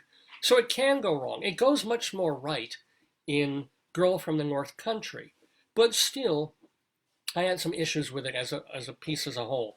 What did the critics who have now seen the Broadway version that opened 2 nights ago at the Belasco, what did they think? Well, for example, David Brown of Rolling Stone magazine, so he's more of a music critic than a theater critic, he gave it 4 out of 5 stars. So he liked it quite a bit. He has some reservations. He mentioned that the playwright, the guy who wrote the book for this, Connor McPherson, told Rolling Stone that Dylan's people, it was their idea to get this thing going in the first place. Really? They sent the playwright his whole catalog, because the playwright had about 5 or 6 Dylan albums, and just knew those. And they were like, well, we kind of want you to work on this. You'd be the right guy to do this piece. And they just inundated him with like Bob Dylan's whole catalog at once. And he would listen to this, and remember, this is modern times now. It wasn't like he suddenly got a bunch of CDs, or it was just like digital. So he'd listen at random. There was no sense of the order that these albums were released, or how old Dylan was when they came out. So having that in mind, it was no big deal for him to mix songs from Saved and songs from Street Legal with songs from Bringing It All Back Home and The Times They Are A-Changin'. To him, it was all one. Yeah. Whereas to a lot of us who followed the arc of Dylan's career, it was like, oh, he was great at this point, and here he kind of sucked, but he wrote the occasional good song. So anyway, many of the choices, says David Brown of Rolling Stone, in Girl from the North Country, many of the choices work. Like there's a gospel version of Slow Train Coming, and 3 songs from Street Legal do very well. He says the book remains problematic, with cliche, almost comic characters, and then heavily dramatic ones, melodramatic ones. I agree with that, by the way. And it leaves you humming the songs, but occasionally also baffled, much like Bob Dylan's career a lot of the time. God. So he gave it 4 out of 5 stars. It sounds more like a 3-star review to me. But I guess what he liked a lot. Writing for BroadwayNews.com, Charles Isherwood said he loved it. He said what's perhaps most remarkable is the symbiosis between Dylan's lyrical but earthbound voice and Connor McPherson's own mixture of humanity and poetry. There is a seamlessness between book and score that is rare in a musical derived from existing and celebrated songs. This is an achingly beautiful musical, so says Charles Isherwood about Girl from the North Country. Ben Brantley of the New York Times, he concurs. He says the voices light up the night with the radiance of divine grace, a fluent fusion of seemingly incompatible elements. Girl from the North Country occupies territory previously unmapped on Broadway and speaks its own hypnotic language. So he loved it. That's a good review. Yeah. Not so good from Johnny Oleksinsky of the New York Post. He gave the show only 2 out of 4 stars. And he says it's little more than a stack of vaguely depressed persons who take breaks from sad scenes to sing anguished and questionably relevant songs. Despite some sublime musical moments, there's a version of I Want You, apparently, that really works. This mopey musical never rings true. How can it be such different views like that? Well, it's interesting, because I'm caught between the two. I'm a little with Johnny Oleksinsky and a little bit with Isherwood and Brantley. Hollywood Reporter David Rooney liked the show. He says the songs are used with imagination and a sweeping amplitude of feeling to deepen the mood, enrich the characters, and liberate their inner voices. The result is a rapturous act of theatrical storytelling. For such a large-scale ensemble piece, it is extraordinary that every character is so vividly etched, and with naturalistic brushstrokes is not big musical theater acting, in quotes. So, on the whole, very, very good reviews, very strong reviews for Girl from the North Country. It may actually be a contender now for Best Musical Although my heart is well, and then you know what? I'm going to see this Broadway Girl from the North Country this week. You know, if I don't get corona or the theater doesn't shut for corona, I'll be there. So I'll report next week what I thought of this Broadway iteration and whether I liked it more. And that happens to me a lot with musicals. I'll see them once and kind of like them but have reservations, and then like them a lot more when I see them again. So we'll see. I will let you know my thoughts on Girl from the North Country at the Belasco, but it's there. And I didn't even mention that our friend of the Daverhood, J.O. Sanders, is starring in it. He plays the proprietor of the boarding house. So yay, friend of the Daverhood. Yay. Okay, we are doing our Inside Broadway segment on Dave's Gone By on this Saturday morning. I want to remind you that one way that we can do this segment is courtesy of this magazine, Performing Arts Insider, the Bible of Broadway since 1944. This is the journal, this is the magazine that people in the entertainment industry look at and thumb through and mark up and pore over to see what is happening on every stage in New York. So you can see, obviously, the front cover. We're just talking about this new musical, Six, that is opening in a couple of nights. Martin McDonagh's Hangman is coming up later in the month. This is the March issue of Performing Arts Insider. Let's thumb through it real quick. Look at this. Second page, a full guide to every show that is either currently playing on Broadway or opening, starting previews, and closing in the months ahead. We've got a little map of the Broadway district. Move on to the next page. All the Broadway theaters, their addresses, which company owns them. Are they Nederlander, Jew Jamson, Second Stage, Roundabout, and their locations and what shows are in them. A guide to the press agents. These are the people that you contact to get in contact with the folks who are in and producing and creating all the shows on Broadway. And then we move on to what we should say, the heart of the magazine, if you will, are day-by-day calendar listings of every show currently running, previews, opening, closing on Broadway, and then off and off Broadway as well. You can't get this anywhere else. This is day by day, literally just like a moment-to-moment snapshot of what is happening that day on Broadway. So, or in this case, off and off Broadway too. So today is what? Today is March 7th, 2020. Today, off and off Broadway. There's a show called The Artist Will Be With You at Parallel Exit Theater that is starting previews today. A show called I Am Nobody, which is, I think, by our friend Greg Kogas. That is opening at the Tank today in Midtown. And then a bunch of shows closing. We've got Nellie and the Woman at Wild Wrench Theater on Canal Street. That is closing today.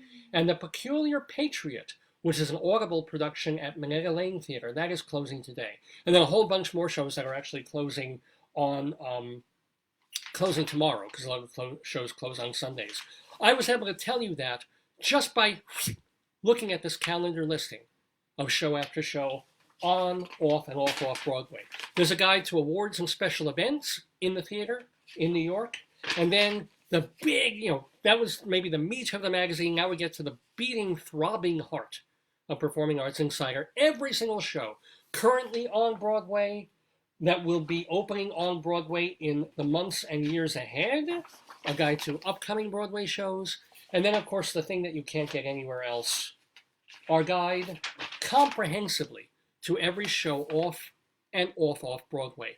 All of that in the pages of Performing Arts Insider, 12 times a year, every single issue. And as a matter of fact, we even have a guide in this one to shows that are opening in New York State, right? So if it's in Brooklyn, Staten Island, if it's in one of the boroughs, or even upstate New York, it's in that section too, as well as a guide or rumors of shows that are bound for Broadway in the months and years ahead.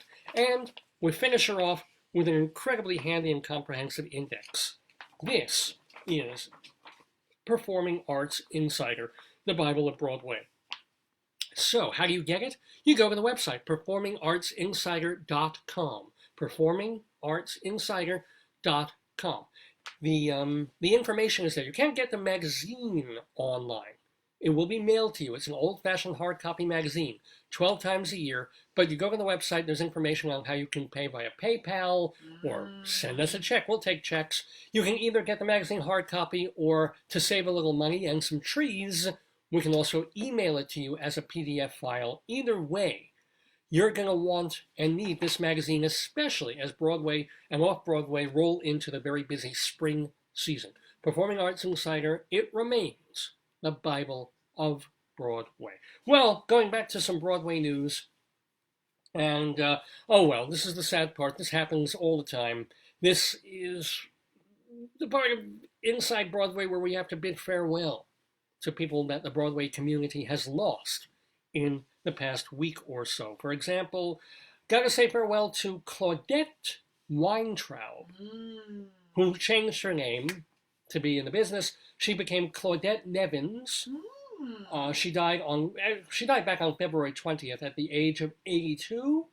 She has a few Broadway credits, including the wartime drama called The Wall, where her co-stars included George C. Scott, Marion Seldes, and David Opatashu. That was back in 1960. David Zakashu? I love that name, David Opatashu. And then 1965, she was in a Lincoln Center production of George Buchner's Danton's Death. Check out her co-stars here. James Earl Jones and Stacy Keach. Pretty high company. She replaced Lee Remick in Wait Until Dark, playing opposite Robert Duvall as the villain. And then she was reunited. This is the big one that she's known for, with George C. Scott for the Neil Simon comedy Plaza Suite. The original version, they're going to be reviving Plaza Suite with Matthew Broderick and Sarah Jessica Parker in just a few weeks. Well, she, Claudette Nevins, was in the original with George C. Scott, and making his Broadway debut, Bob Balaban, was in the show as well. What happened with Claudette Nevins is she was in a tour of the play The Great White Hope. That brought her to Los Angeles. She kind of stayed there. She did the soap opera Love of Life for a year and a half or two, and then just did a lot of television and guest star shots, a ton of regional theater and LA theater as well. So farewell to theater person Claudette Nevins, who passed at the age of 82. And then, everybody knows this one, James Lipton died. Man, he died on March 2nd of bladder cancer at the age of 93. James Lipton, of course, known as the guy who created Inside the Actors Studio. And I remember, I think I talked about this maybe a couple of weeks ago, apropos of something else, but my Aunt Sadie, who was the classic New York spinster aunt, had an apartment in the Village, and so she had no dependents, wasn't married, had no kids. She would live the New York life. And she spent her money to travel a little bit and to go out to restaurants in New York and to go to clubs. And she would go see Alberta Hunter at the Cookery. Whoa, and she went before anybody else to see Forbidden Broadway when it was up at Paulson's. Yeah. And one of the things that she would go to, she was one of the early people who signed up for this class that was headed by a guy named James Lipton. And he would show a movie, and he would bring in the director or the star of the movie. It was like one of these New York best-kept secrets. Like you would join the class and go for 10 weeks. I saw him at Pace all the time when I was teaching. Yeah, so he was doing this, and more people would sign up, and it was just this like wonderful little thing. You would see the movie, the person who made it would talk about it and answer some questions. She loved it. Who knew? Who knew that he would become an icon? James Lipton. So, but check out this guy's life, okay? He studied with Stella Adler and Harold Clurman to be an actor. He wrote for soap operas before getting a Broadway role. He was in Lillian Hellman's play The Autumn Garden on Broadway. He wrote, or co-wrote, a Broadway musical called Sherry in 1967. It was a flop, but it was a musical version of The Man Who Came to Dinner. Oh, wow. And then one of the things about television is he helped produce about a dozen Bob Hope holiday specials and the Jimmy Carter inaugural on TV. So we all thought he just came out of nowhere as this guy just doing interviews and stuff. No, not at all. And he even produced the Monteith and Rand show. They were kind of a comedy couple on Broadway in 1979. So farewell, of course, to James Lipton, iconic fellow, if you will. I don't know if not that he ever would have interviewed me, that I was famous enough, but those questions that he would ask. What's a word that you would never say in polite company? He just was doing that to be odd. Well, yeah, he was throwing the weird, goofy questions, which is kind of neat and kept things interesting. So we bid him farewell as we forbid, as we say farewell to this Broadway segment, Inside Broadway on Dave's Gone By. It's the famous gay white way, where the night is bright as day. Ain't Broadway grand?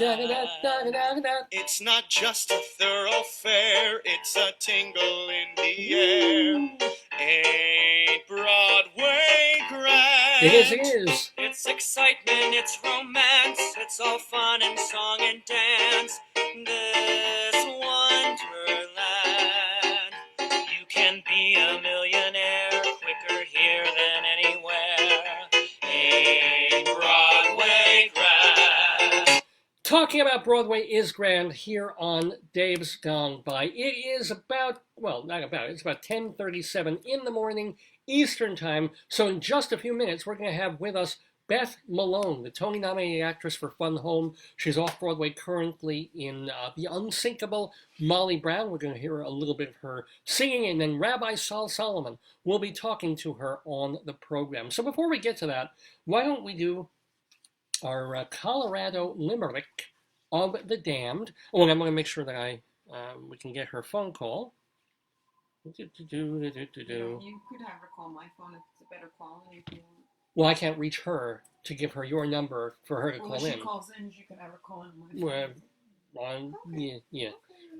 We're live on the program. So let's do our Colorado Limerick of the Damned. I'll explain this one.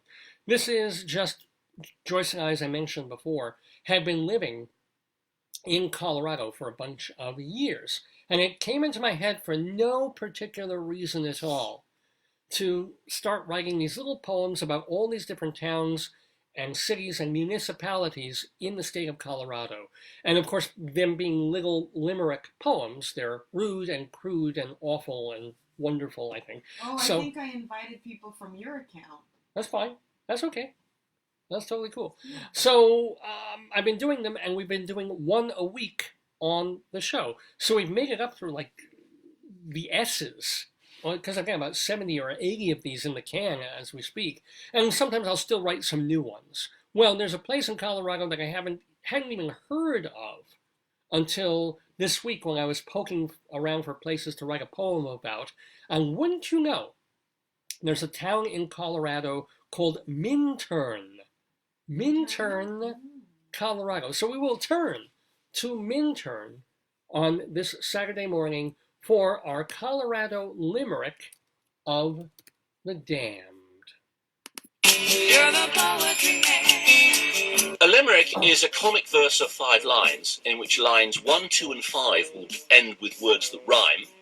And likewise, verses 3 and 4 also end with words that rhyme. So this is a limerick. Rocky Mountain, Colorado, Colorado, Colorado, Colorado. Yes, my friends, our Colorado Limerick of the Damned, as we head to Minturn, Colorado. Let me tell you a little bit about Minturn, which is a very small place. It's a home rule municipality, so I guess it's a lawless Wild West over there, of 1,000 people. It's halfway between Vail and Beaver Creek. And I do believe we've had a poem about Beaver Creek for obvious reasons. It was named for Robert Bone Minturn of the Denver and Rio Grande Western Railroad. It is surrounded by White River National Forest and a bunch of wilderness there. It's a great place for hiking and biking and snowshoeing and kayaking. This is kind of interesting. There's a part of Minturn that is called Camp Hale. And this was a World War II winter training site. And because it was that, it is now on the National Register of Historic Places. So it's situated towards the south end of Minturn, Colorado. I've never been there, probably never ever going to go there, But shout out to Minturn because we're going to do our Colorado Limerick today about that place. Are you ready, dear? Are you ready to be? We're going to take the children out of the room because these tend to be a little bit salacious and disgusting and horrible, as limericks tend to be. Our Colorado Limerick of the damned, Minturn, Colorado. The jovial mayor of Minturn would help the townspeople, and in turn, they'd vote for the guy and turn a blind eye whenever he'd rape a male intern. Yes, ladies and gentlemen, that is our Colorado Limerick of the damned. Please send your comments and complaints and miseries to davesgoneby at AOL.com. That is the place to reach me. davesgoneby at AOL.com. DAVESGONEBY. So, yeah, I still have that email. I still check my email. And plus, you can always leave me comments both during the show and all week long right here at this Facebook page. The Facebook page, and please tell everyone you know. We want more listeners. We want more viewers, especially as I try to bring a live version of this show to a cabaret club in New York in late April. I want people there.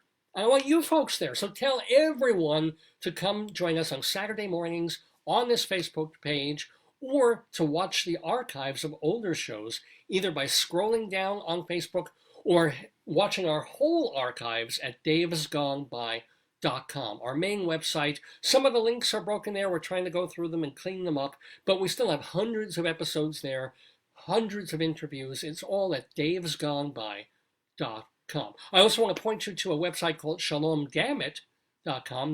That is where Rabbi Saul Solomon has his stuff.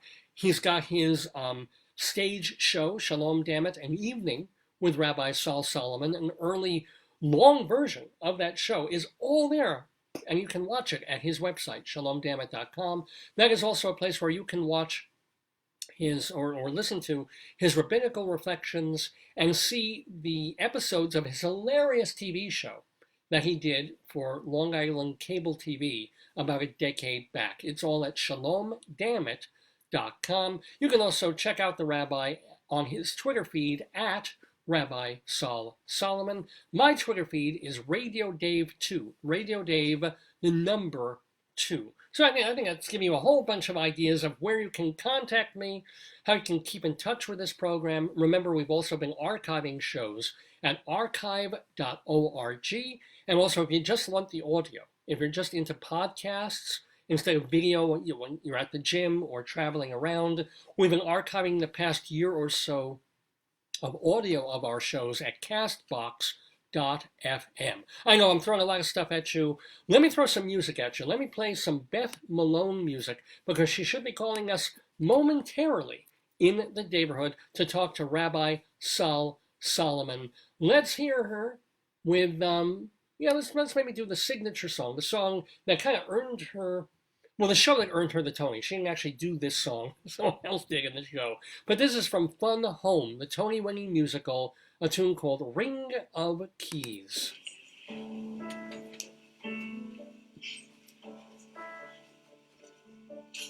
Someone just came in the door, like no one I ever saw before.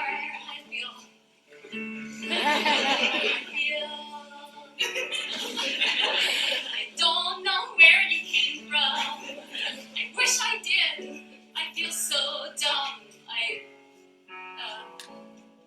Your swagger and your bearing and the just right clothes you're wearing, your short hair and your dungarees and your lace-up boots and your keys. Oh, your ring of keys.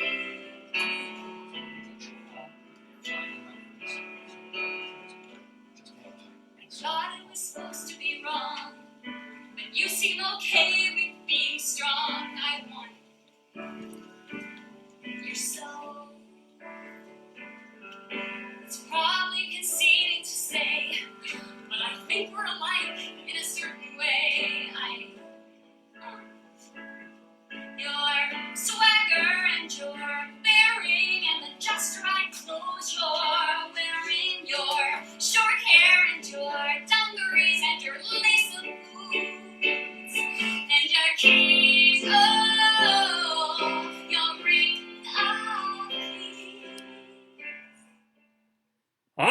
shalom, my friends, shalom, my enemies. This is her old pal, Rabbi Sol Solomon, founder and spiritual leader of Temple Sons of Bitches in Great Neck, New York. And I do love the theater, and I do love people talking about the theater and singing theatrical songs. Ladies and gentlemen, the voice that you just heard, singing the tune Ring of Keys from the show Fun Home, is the Tony-nominated actress from that Broadway production. She is a Broadway and regional theater and off-Broadway veteran at this point. She was on Broadway in not just Ring of Keys singing, but in the show Ring of Fire. She's done everything from Bingo, the musical off-Broadway, to tons of shows around the country. She is now off-Broadway in The Unsinkable Molly Brown as the titular character, and forgive me for using that word, but it is. She is the title character in the show. And this is what one of the critics from Theater Mania said about the show and about Beth Malone.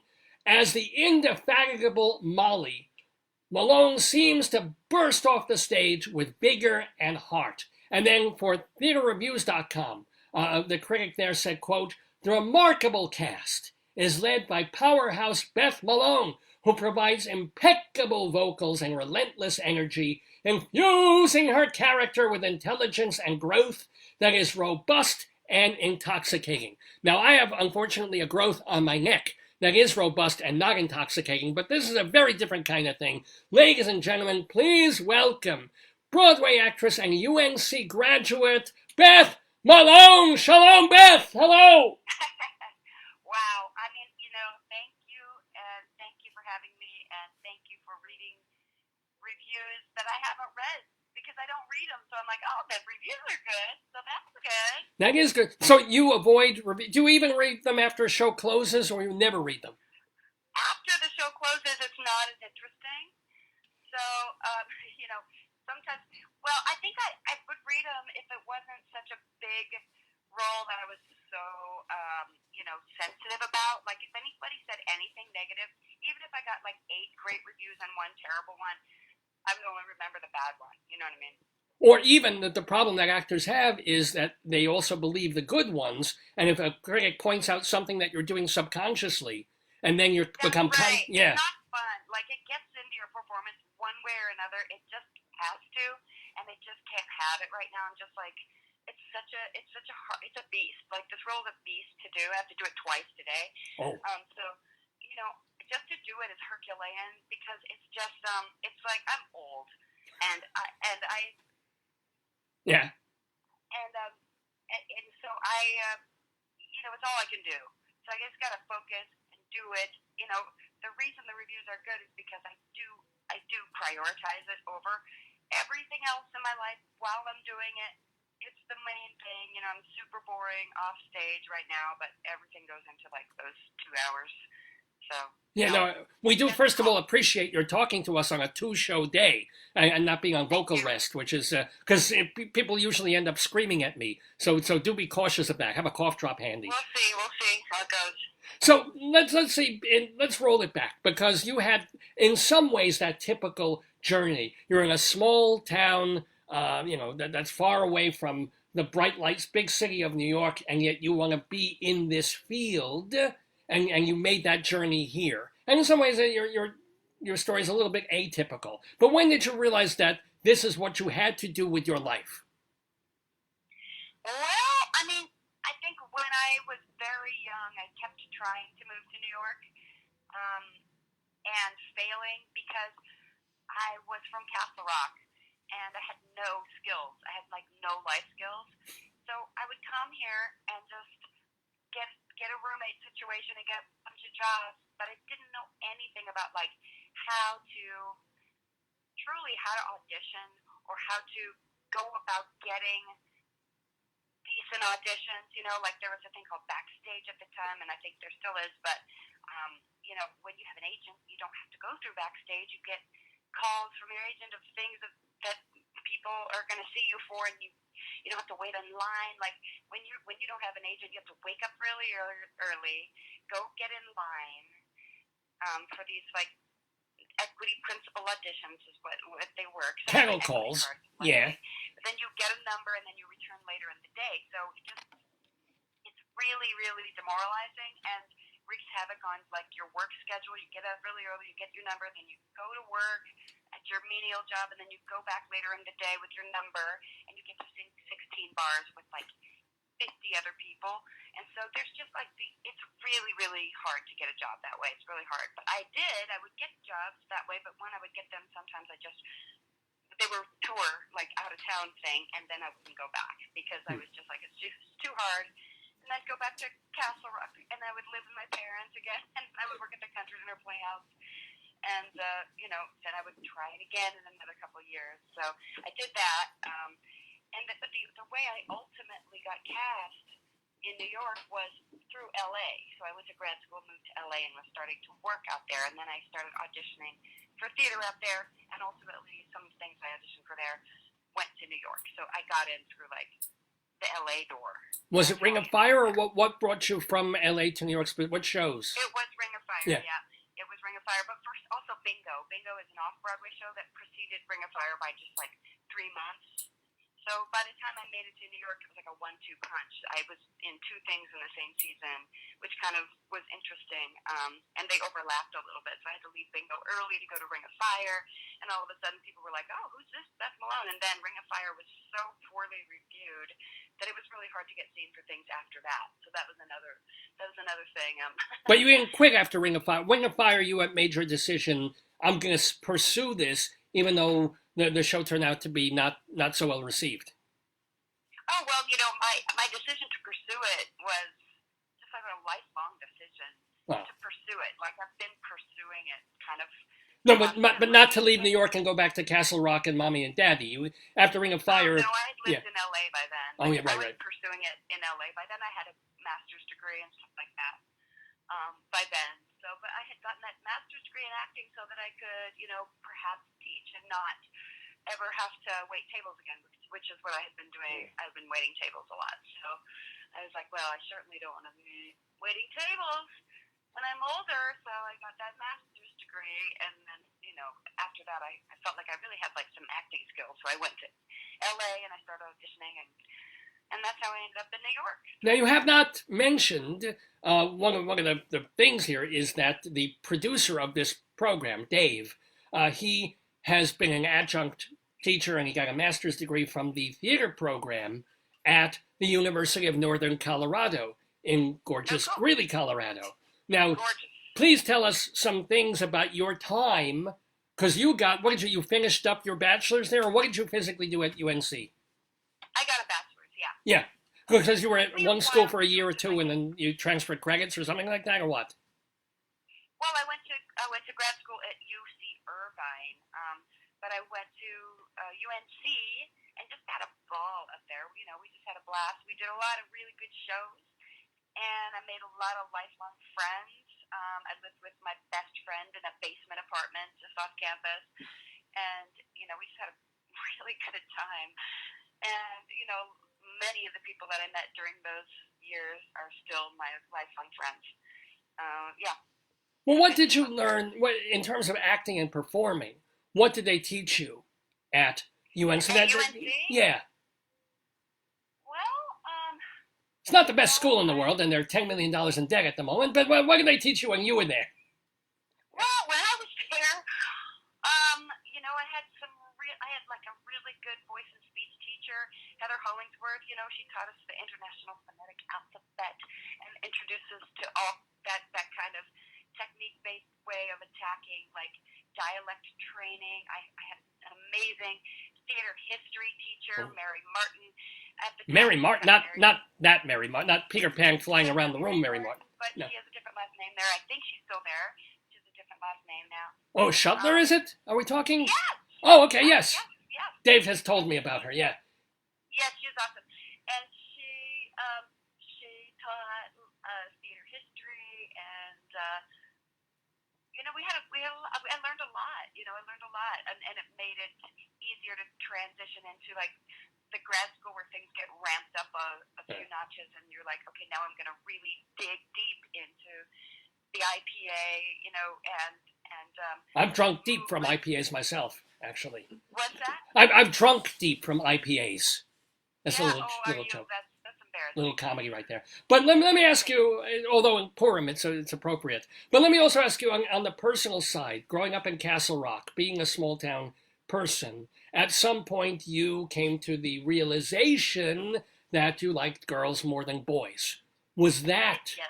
a problem where you, before you got to LA, which is LA everything goes, New York even more than everything goes, but Castle Rock, Colorado, Greeley, Colorado, maybe not so much. So what was that Well, like? it's interesting how you think everything goes on the coast. You know, casting-wise, it's not the case because we're really like pandering to the middle of the country as far as like taste goes, and so it is still very much like I had managers and agents always pretty much urged me, especially in LA, to you know, kind of fem it up and be in the closet because it just wasn't trendy yet. Like when I came to the business, they were like, you know, whatever you do in your personal life is, you know, your own business, but let's just keep it pretty heterosexual above board, okay?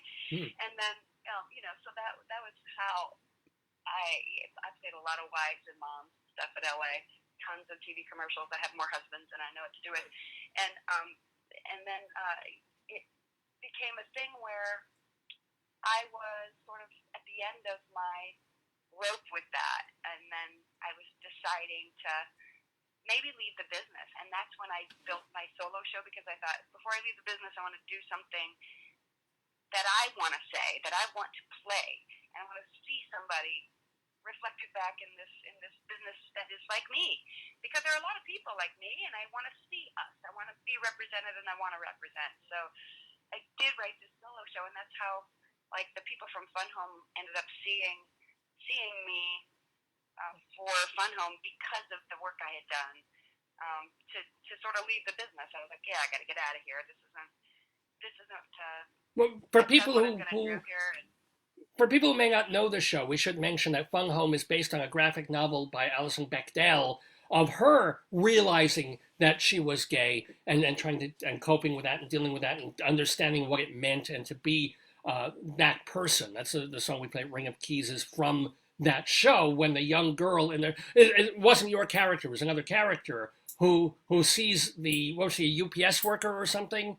And she sees... No, it's me, but it's young me. Young me, but it was played by a different actress and sees this poster with a ring of keys and falls in love with like a girl crush on her and realizes, oh, you know, I like girls. So that's what Fun Home specifically deals with, that, and also with a father who cannot deal with his own sexuality and takes it out on the family and tries to, you know, go around and hide who he really is, and it ends up just, you know, it doesn't go well for him, let's put it that way. It does not go well for him, yeah, and it's based on real people, so when you're playing it, you have to realize, like, this is a real person's story, and you have to treat it with a lot of respect, and, you know, it's funny now because Ring of Keys has become like this anthemic thing for queer teens, you know, and there's like a Ring of Keys group now, and there's a Ring of Keys society, and people get Ring of Keys like tattooed on themselves as like a symbol,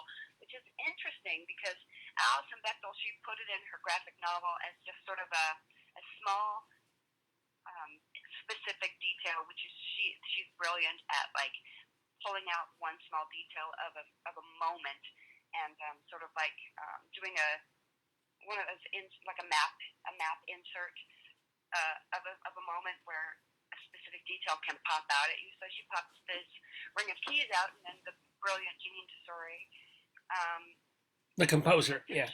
Yeah, she said this should be a song, you know, because graphic novel is, you know, 300 pages thick, and there's a million details. So how do you pick one that becomes the song? And so the fact that Janine nailed that so specifically, and then Lisa and Janine wrote this amazing song, it was just sort of miraculous to sort of be in the room while that was all happening.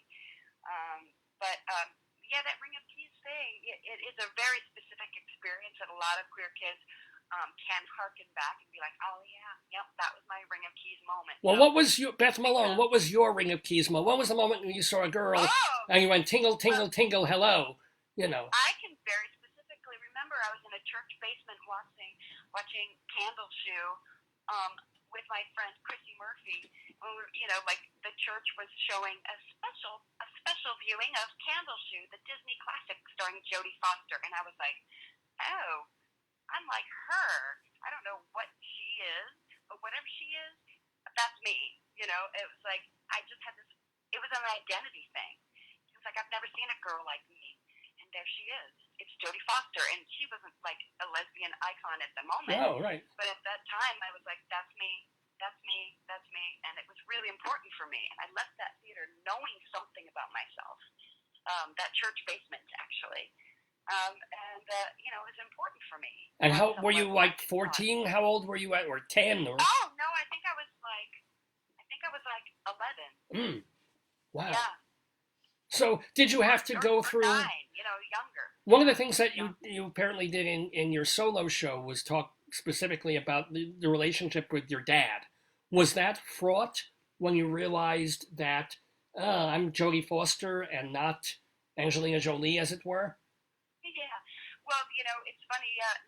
My dad and I were very, very close as children, when I was a kid, because I was his little buddy. I was the son he always wanted.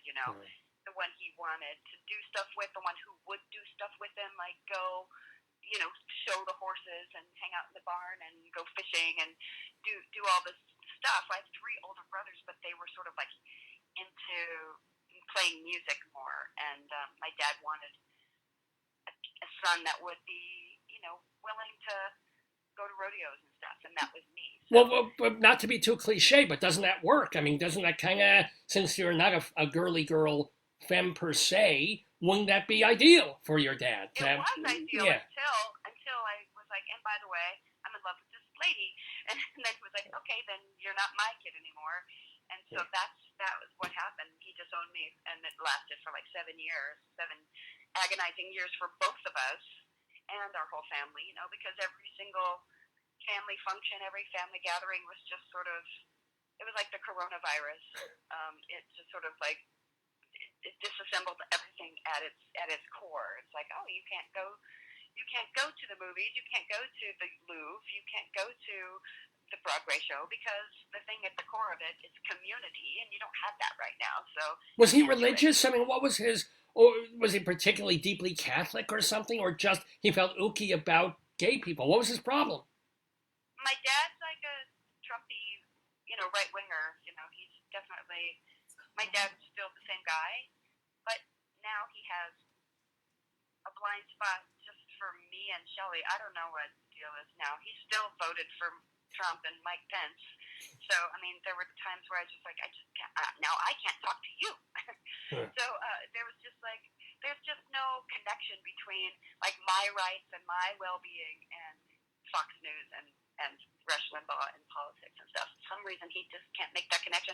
But it's also because he's 86 and he's kind of off the rails right now. So, I can't really be too mad at him right now and blame him, because he really is sort of like, he's just getting smaller and smaller, and I think that fear plays a huge role in his identity with this group of people. So I can't really, I mean, we have not that much time left, I imagine, so I can't really take up an argument with him right now, even though it's all I can do to just sort of like breathe through the stuff he says, and he says stuff all the time, and I'm just like, well, I'm just going to put that under the heading of you're compromised at this point, so we're going to just let that go if we can, and I'm going to seek a therapist later. Well, wait, where's your mom in all this? My mom is this person who is just a supportive wife. She rolls her eyes and just, she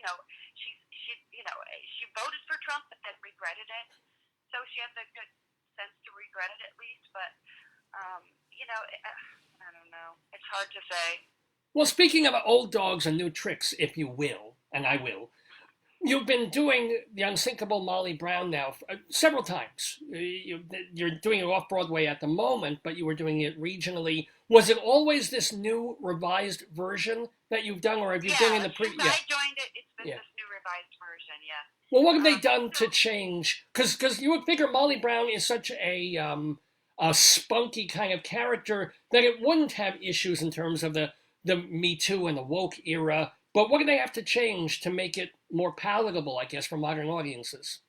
Oh, it's a complete page one rewrite. The Why? whole book. Yeah. He threw out the book because if you look at the old musical, it doesn't have anything really to do with like the amazing thing about Molly Brown, Margaret Tobin Brown, if you're a Coloradan especially, is all the stuff she actually did in her actual, 65 years on this planet, and many of them in Denver. She did so many amazing things. She was a progressive and a liberal and also devoutly Catholic. So she was this really amazing. She was a suffragette. She's responsible for the juvenile criminal court system in the United States. And Denver, Colorado, was the first state to have a separate court system for juveniles. Wow. She put that in place. She started the Denver Dumb Friends League, which is a precursor to the ASPCA. She had soup kitchens. She had. But you're listing all these things, but this is also a Wikipedia page. It takes people. There's only so much you can put in a musical. But it does it. Like this show does it. It shows you that she ran for Congress.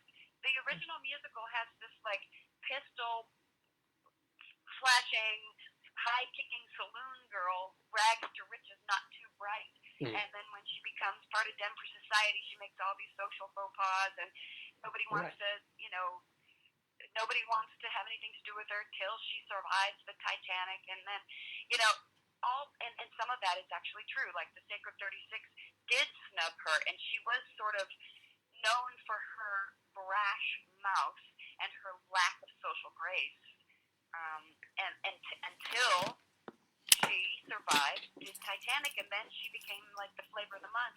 And then somebody wrote a chapter in this book called like Timberline, was this writer that sort of like embellished Western characters, wrote a chapter called The Unsinkable Mrs. Brown in the Timberline book, and that's the character. It was basically fiction. And that's the character that they wrote, that Meredith Willson wrote the musical after. That character, not after the real Margaret Tobin Brown. So you go back and you look at the original musical, it's pretty much, you can't really do it. That's like, right. It's not awful. So now you're able, it's not just about all the things that she did, it's about the person that she was. So when she's in high society with these people who are snubbing her, it's not just the social graces and she looks foolish and embarrassing to herself and we snicker at her, but it's like, oh, she's got a smart mouth. She's smarter than they are. She's the smartest person in the room. And the love story at the center of this is a person who wanted more and JJ didn't. He wanted to stay put and she wanted to keep moving forward. And she also, he was a really smart man, but he was in Colorado. He had a hunting cabin in Twin Lakes. He mined all over Aspen and Ashcroft and Leadville. He loved the mountains. He was built for it, just like so many people we know.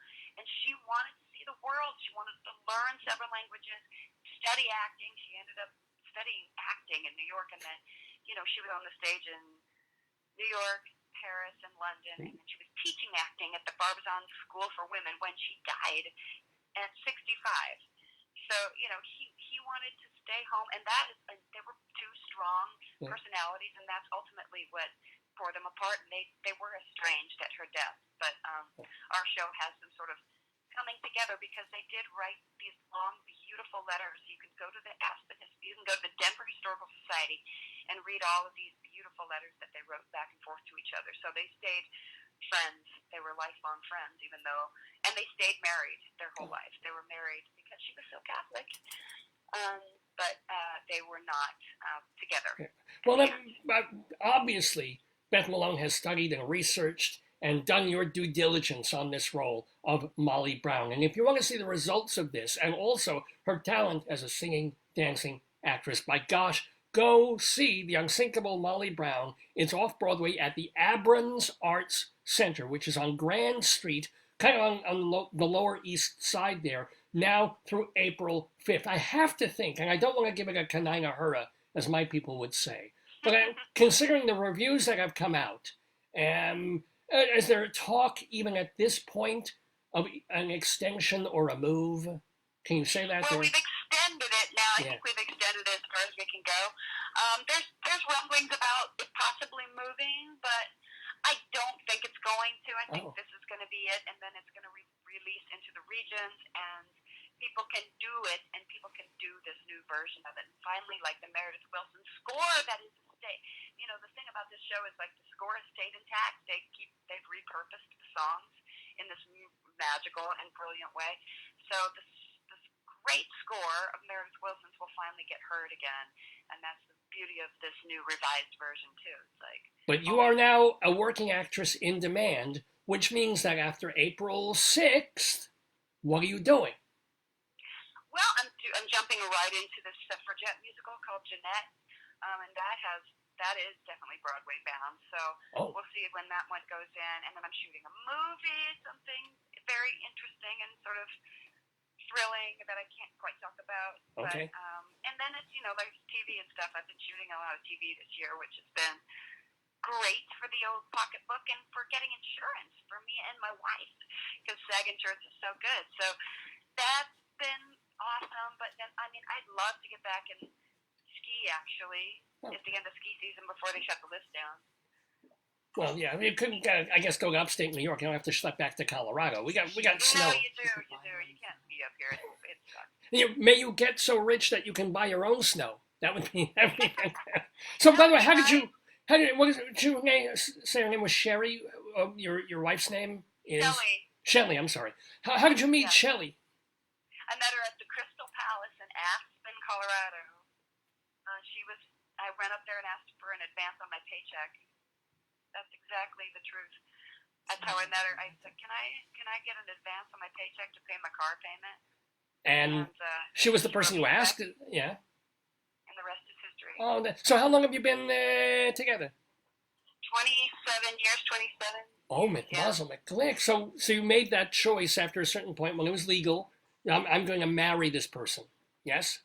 Yes, we got married in several ways. Like first, we married each other in 1997, and this complete romantic heart ceremony when it was not legal. We had this beautiful wedding in Aspen, Colorado, surrounded by our friends. It was very hippy dippy.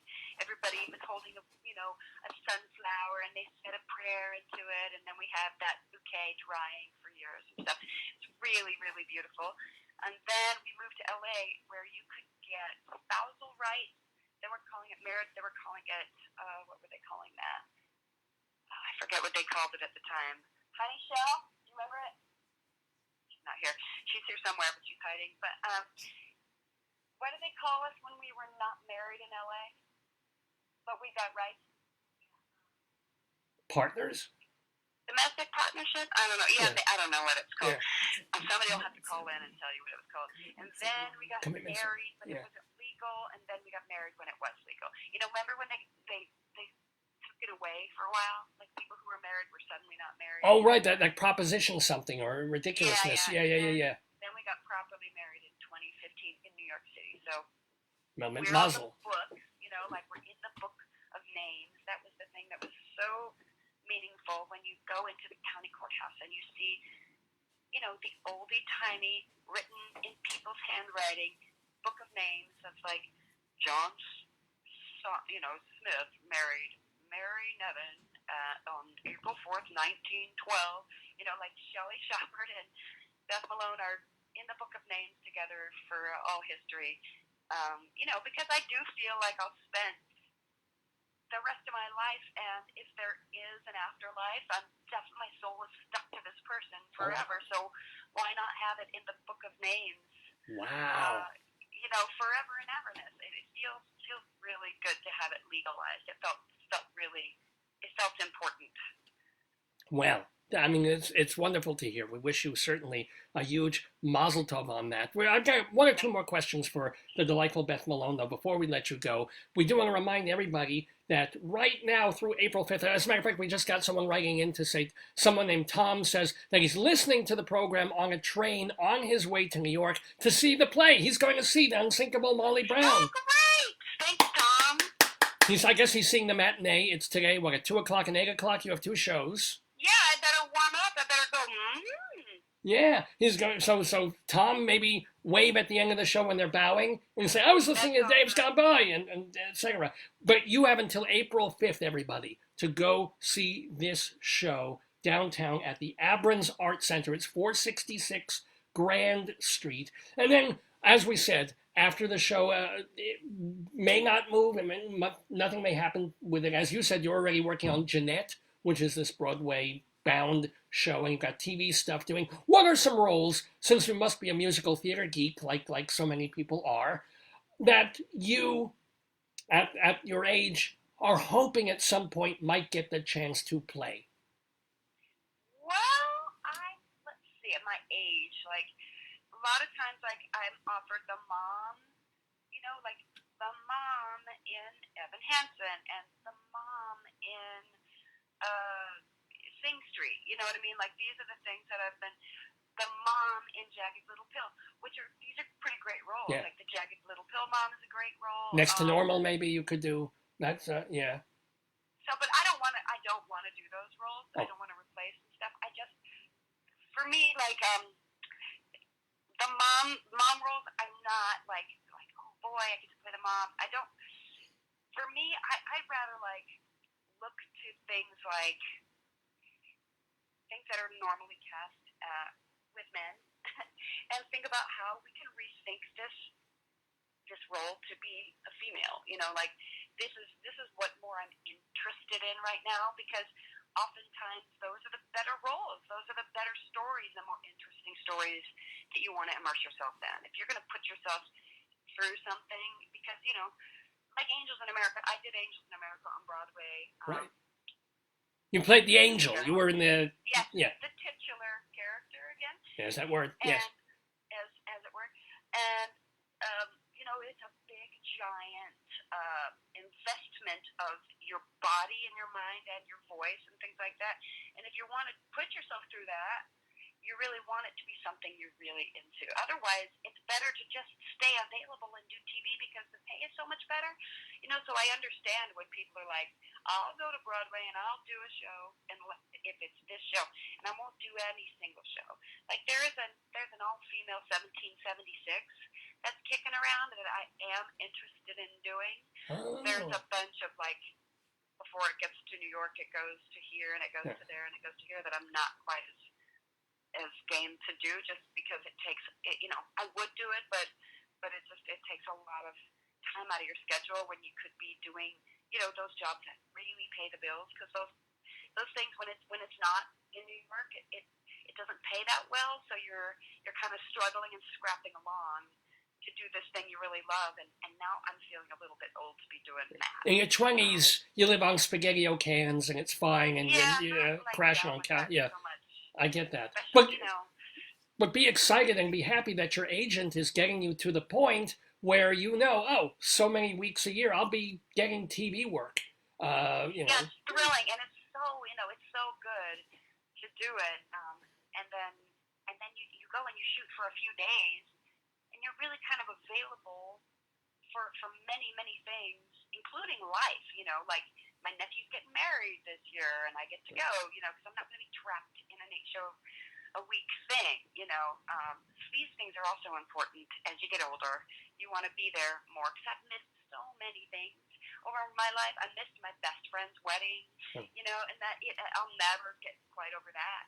But it just was what I was doing at the time. I was like trying to make something, trying to build something, and you really have to commit when you're trying to build something. And now I'm sort of like, I've built something, and now I want to sort of be a little more gentle with myself and sort of show up for life things a little more. Well, besides skiing, which we know you love, what are the other things that you do when you need to be away from it, when you have time to yourself and with your wife, what are the hobbies that you take part in that you enjoy? Well, we are also mountain bikers. We love that. But we have a little RV. We have a Volkswagen Rialta, and any like Rialta heads out there will know what we're talking about. We have this little thing, and we tool around in it. And we have a tiny dog. We used to have two, but now we just have one. And we like to just kind of disappear, get to a place where our cell phones don't work, and just hike around and be quiet, sit and like watch the waves come in somewhere, or sit and like watch a hawk circle in a super duper blue desert sky. That's what we like to do. Wow. Take a moment and just breathe and hear nothing. That's what I like. Wow. Because you hear so much noise here. No, you're talking to a Jewish man. I don't know what quiet is. Trust me. I'm a Jewish man from New York. Quiet does not exist in my universe. It does not exist. No, not like at all. When you really hear quiet, you're like, oh wow, this is what it is. I like to get to a place like there are these dark sky reserves now. My next trip, I want to go up to the Ketchum, Idaho, and get to that dark sky reserve they just created up there, where you can see a bazillion stars because they have these outdoor lighting ordinances where everyone must comply and use very minimal outdoor lighting, so there's no light pollution at night. And so you can see the most stars in the northern hemisphere on this continent in Ketchum, Idaho, at the Sawtooth National Park. That's where I want to go next. Wow.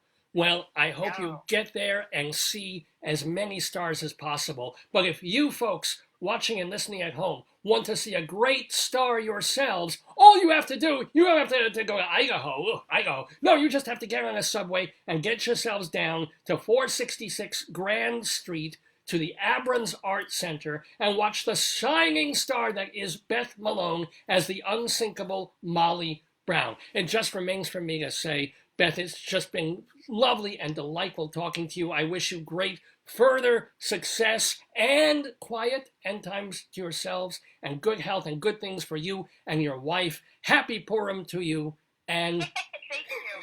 Shalom to you. Shalom to you back. Bye-bye. Beth Malone, ladies and gentlemen, in the Daverhood, the fine and delightful actress. Oh, you're going to want to see her just doing songs like this.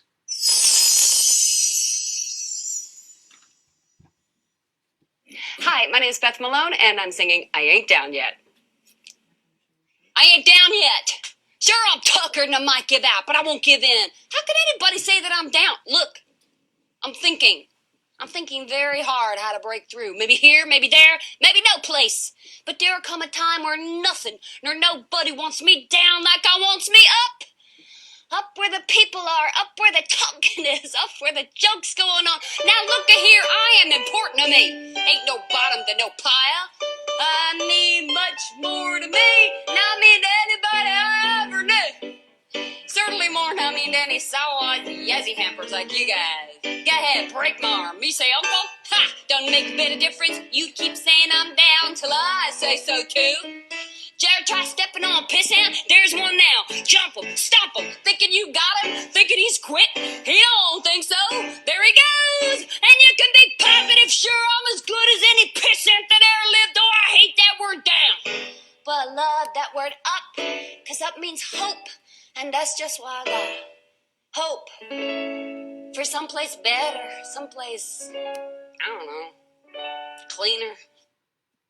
Maybe she's talking about Israel. I can't tell. Anyway, oh, what a delight talking to the wonderful Beth Malone in the Daverhood. Yes, this is still Rabbi Sol Solomon, founder and spiritual leader of Temple Sons of Bitches in Great Neck, New York. I am staying with you because not only have I the honor and delight of talking to Beth Malone. Wait, where's my tallis? Oh, my tallis fell off. Oh, no, I cannot do this without the tallis. And I have the special Purim crown because Monday night is Purim, and in honor of that, Dave, the producer and host of this program, has allowed me to do the StoryTime segment on this show, on this episode of Dave's Gone By. And the story time, what could be better in time for Purim fun than my first book of mitzvahs? Oh, such joy, such delights. We will get to this as we speak. Story time! Tell me a story, tell me a story, tell me a story, remember what you said. You promised me, you said you would, you gotta give in, so I'll be good. Tell me a story, then I'll go to bed.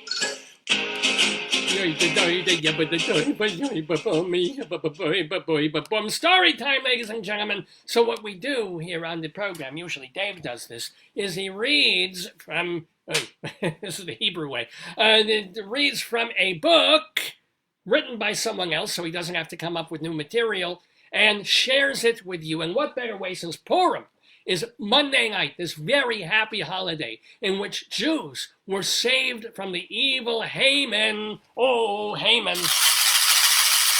bad man, who tried to kill us. Instead, we killed him. Thank you to Esther, who impinged upon a Hashver. I'm not going to tell the whole damn story, but the point is, we're going to have a little fun with a Jewy kind of book, my first book of mitzvahs, by Isaiah and Ruth Schild Karlinski. And for those of you who are, let's say, like Beth Malone and her father, Catholic-ish, a mitzvah is a good thing that you do for someone else. It's a good deed. It's a nice thing that you're doing for someone else, and also at the same time, kind of for yourself, for your soul.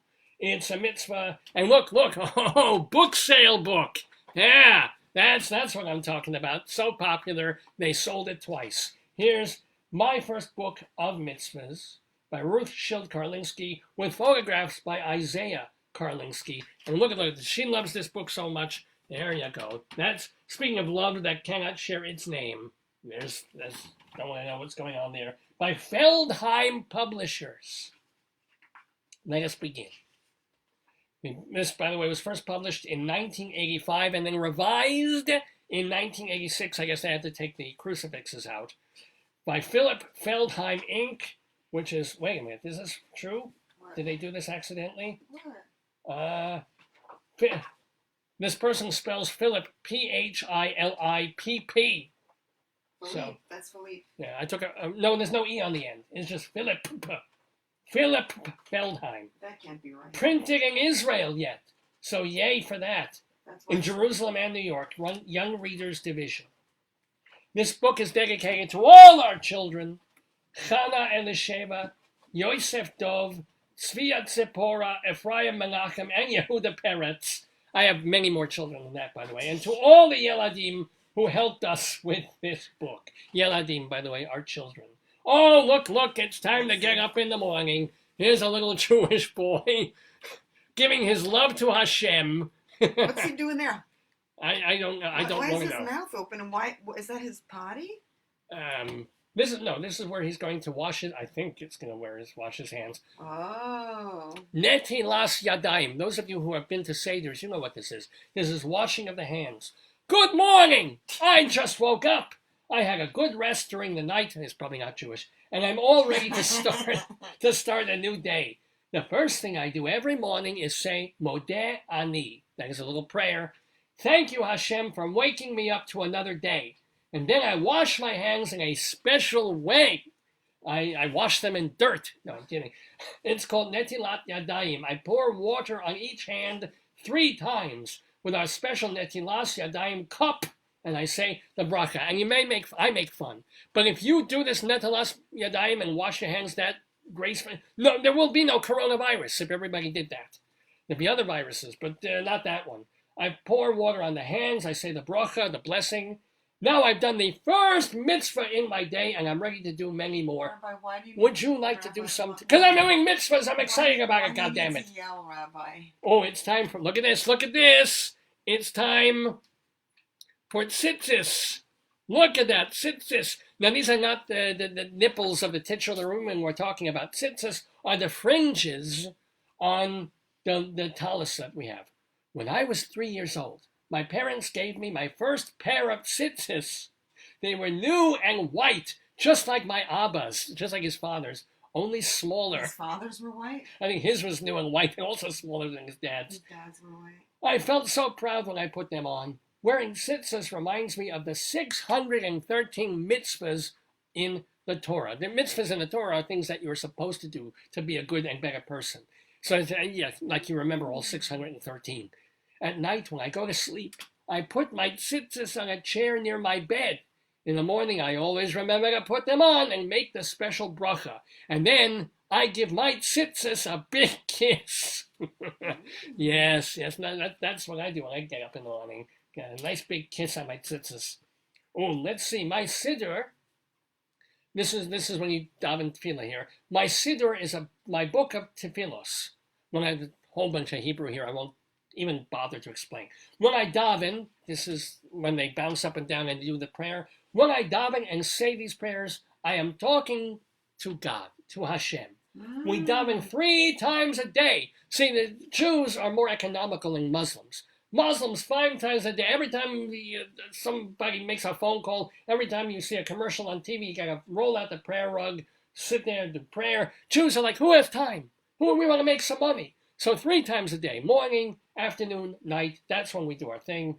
Some prayers help us say thank you, Hashem, and some prayers ask Hashem to make us strong, to take care of us, or to forgive us for something horrible and terrible that we've done. When I open my siddur and daven, I know Hashem is listening. During the week, actually Hashem is probably listening to Spotify. He's cocking an eye, he's maybe taking the headphone off in one ear in case they're saying something remotely interesting, but believe me, he's heard you pray 3 times a day, the same prayer every time. He doesn't need to listen to you. He's probably listening to Robin Hitchcock on his machine there. I know Hashem is listening. During the week, we usually daven in school. Sometimes I like to go to the synagogue, to shul, with my father. I like to see the men in their white talisim, their talises, and I like to kiss the Torah and say Amen out loud. Sometimes I close my eyes and add my own little prayer, my own tefillah. Do you ever say a special prayer to Hashem too? Oh God, please send me Natalie Portman tomorrow. And if she can bring Gal Gadot along with some lubricant, just say it. Thank you, Hashem. That's my little tefillah right there. Oh, look at here. Now we're going to... What? We're going to say the brachas, ladies and gentlemen. Now, I know we were talking just before to Beth Malone, and she had the wife there and the lesbians. This is kind of a girl who knows that she's not going to be a lesbian. Ladies and gentlemen. That's horrible. I can't even begin. What? That's the problem. Let me see. Why? Honey. How does this happen? Read the text. Okay. Read the text, it's worse. This is brachas. This is blessing. Sometimes I get so hungry. I just want to grab something and eat it really fast. In one gulp, perhaps. It would make her very popular. But my mother, taught me to think first. An apple comes from a tree. How do they spell Ima? They spell it I-M-M-A. Imma, like Imodium. I don't understand this. An apple comes from the tree, but who made it grow there? When we make a bracha before we eat, we're saying that we know Hashem is the one who created this food. And by saying a bracha acharona after we eat, we thank him for having fed us. Yeah. And at some point, years later, when she's eating something like this, God will push her head down again and again. I don't even know what that means. Let's move on to Kibud Rav. Look at this. I wish I had a beard like this. Holy crap. That's a beard, ain't it, folks? I should really do it with this hand. Yeah. Look at that. Where'd you find this book? This was in the Friends book sale at the local library. I can see why. I like my Rebbe, Reb Shmuel, so much. What does Shmuel mean? Saul? Paul? Yeah, it's also a Solomon thing. It's like Shlomo, yeah. He is also patient and never gets angry when I make a mistake. Oh, David, that's a fake. Yeah, it's not Jewish. Rabbi Sal, that's fake. When I came to his class at the beginning of the year, I didn't even know how to read. Now I can read very well. Reb Shmuel taught me many other things too. Oh, God. I'm sure he did. Look at the way he's got his hand on the boy's back. There's something going on there I don't want to know about. There's like they're juggling the trouble with this church. That's what I'm saying. But he taught me Chumash and Tefillah, Dinim, and Mitzvos. My teacher, another teacher, Mora Chaya, Mora is a female teacher. Mora Chaya is very special too. Every morning when I come to school, she smiles and she says, Boker Tov, Tzipi. Boker Tov, Tzipi. Zippy was his name. I love to listen when she tells us about the Parsha or about a Yom Tov, a holiday, and I try very hard to do the mitzvahs that we learn about. And now, of course, Jews and money, tzedakah time. There we are. Tzedakah, this is a mitzvah, of course. It means giving to those who are less fortunate than we are. I've been very lucky in a way in my life as Rabbi Saul Solomon because there are few people who are less fortunate than I am, so I don't have to give anything. Oh, wow. Guess what I have in my pocket? What? It's round and shiny. Come on, little girl, feel around for it.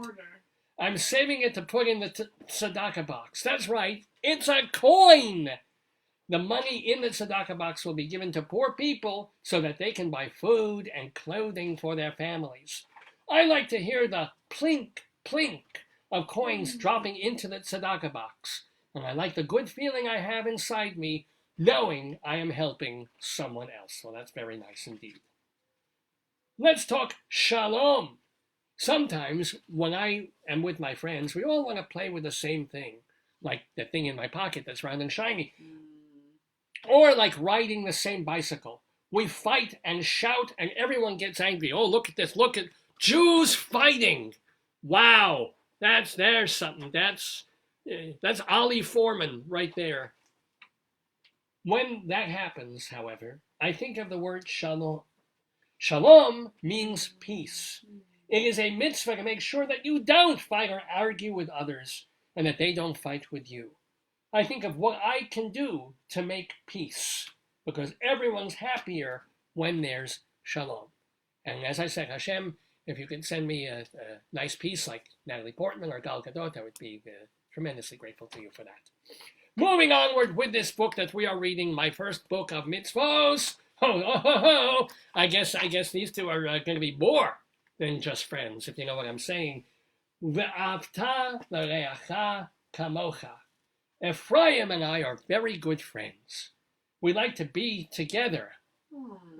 When he comes to my house to play, I let him choose the game he likes best. Nice. Because I know if I share with him, he'll share with me. As a matter of fact, if they do become lovers, they will amicably split the horse semen. We know that will happen. Oh, God. It's true because this summer he shared it. By the way, if you have no idea what the hell I just mentioned, go watch the archives of the show and you'll understand.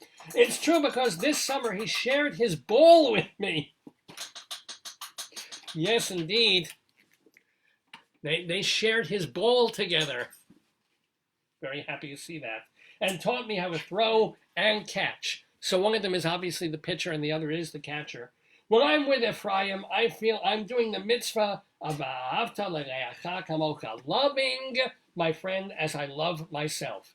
And I guess he's just about old enough to start learning how to love himself in the shower, if you know what I'm saying. And I hope you don't. I know. One more page. Let's do a little bit more of these mitzvahs in this book. Kibud av va'ayim. My mother and father work very hard for me. They make sure I have good food to eat, clean clothes to wear, and a nice house to live in. They help me with my homework and teach me new things and show me how to do the mitzvos. I want to show my parents how much I love and appreciate them, which is why I try so hard to keep this mitzvah. I pick up the toys in my room so Mom won't have to. I take my baby brother for a walk on Shabbos so my parents can rest. I even leave him in the middle of the street in traffic so that they won't have to take care of him ever again. That's nice. Yes. That's sweet. When Ima comes home tired, I bring her a drink. There are lots Scotch on the rocks. That's right. I bring her some scotch. Drambuie with a shot, yes. That's right. She likes Sambuca. There are a lot of ways to honor our parents. Can you tell how you help your mom and dad? Let's do one more. Sever Panim Yafos, another mitzvah in my first book of mitzvahs. Today, I'm drawing a picture of a face. I start with a big circle. Here we go. There's a face. Then I make 2 eyes, 2 ears, 3 noses, strange kid, some hair, and finally a big smile. That smile turns a plain face into a happy one. So when I stand in front of the mirror, I can see my own face change from plain to happy when I put on a smile. Aww. It works. There are so many people with whom to share a smile. My parents, my teacher, my Bubby and Zayde, the grandparents there. They didn't mention them until now. Even the grocer and the school bus driver, too. Aww.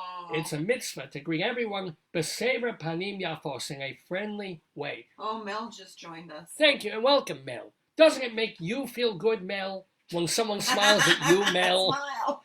Smile, Mel. Smile for us. There you go. I'm loving this book. I'm going to do one more page. Hachnasas orchim. Someone's knocking at the door. Someone's ringing the bell. Someone's knocking on the door. My friends Danny and Elisheva have come to visit. Yay!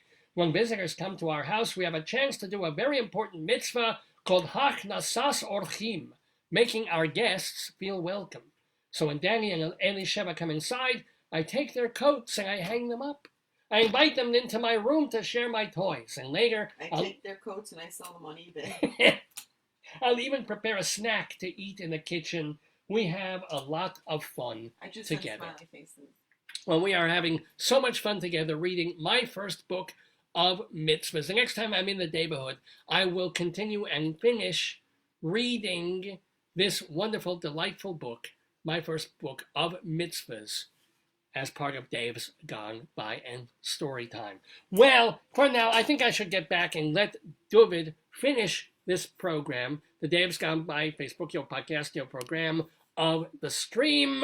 So let's hear a little bit of klezmer music while we bring Dave back into the fold. Shalom and happy Purim to all of you.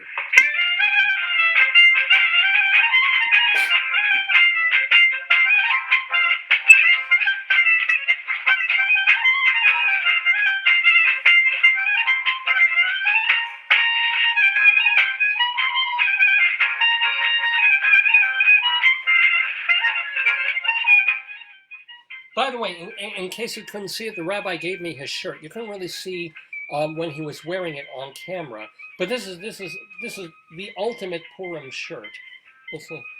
Check this out. It's like the bowling guy in Big Lebowski would wear something like this. That's how I roll. That is how the rabbi rolls. That's how we roll here. In the Daverhood, on the Dave's Gone By Facebook, your podcast, your program, of the stream, with me, Dave Lefkowitz.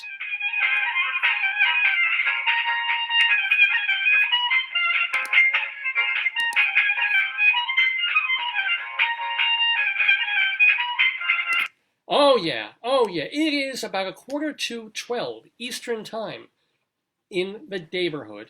You're watching us on this March 7th, 2020, the 736th episode of the program that we are calling Malone at Last, because we were delighted to have Beth Malone on this program. Got to give certainly a huge thanks to her for calling in and dealing with Rabbi Saul and having such a fun time with us. Thank you so much to Beth Malone. Go see her in the unsinkable Molly Brown off Broadway at the Abrams Arts Center. Also, got to give a thank you to Don at the Richard Kornberg office for setting up that interview and making that happen. Really great that he did that. So Beth Malone is now officially a friend of the Daverhood.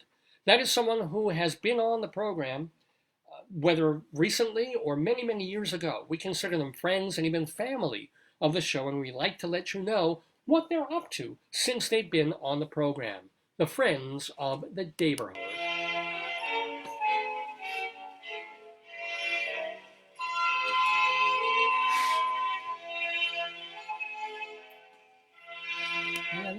la, la, la. So checking in on the Friends of the Daverhood on this Saturday morning.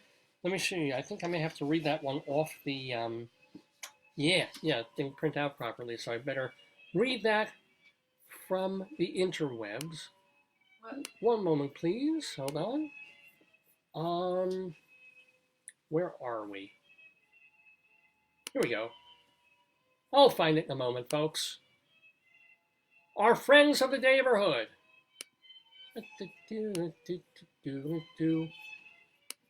Well, first of all, this whole corona thing really is affecting the world and even in the arts world now. I want to say a disappointment alert to our friend of the Daverhood, musical director Zalman Mlatek. He is the artistic director of the National Yiddish Theater Folkspiele. These are the guys who did that wonderful Fiddler on the Roof in Yiddish off Broadway.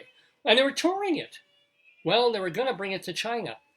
They're not bringing it to China now, so that unfortunately, that leg of their tour, Fiddler on the Roof, had to cancel this week. But I'm sure they'll bring it other places and they'll get there eventually. Well, want to have some nice news.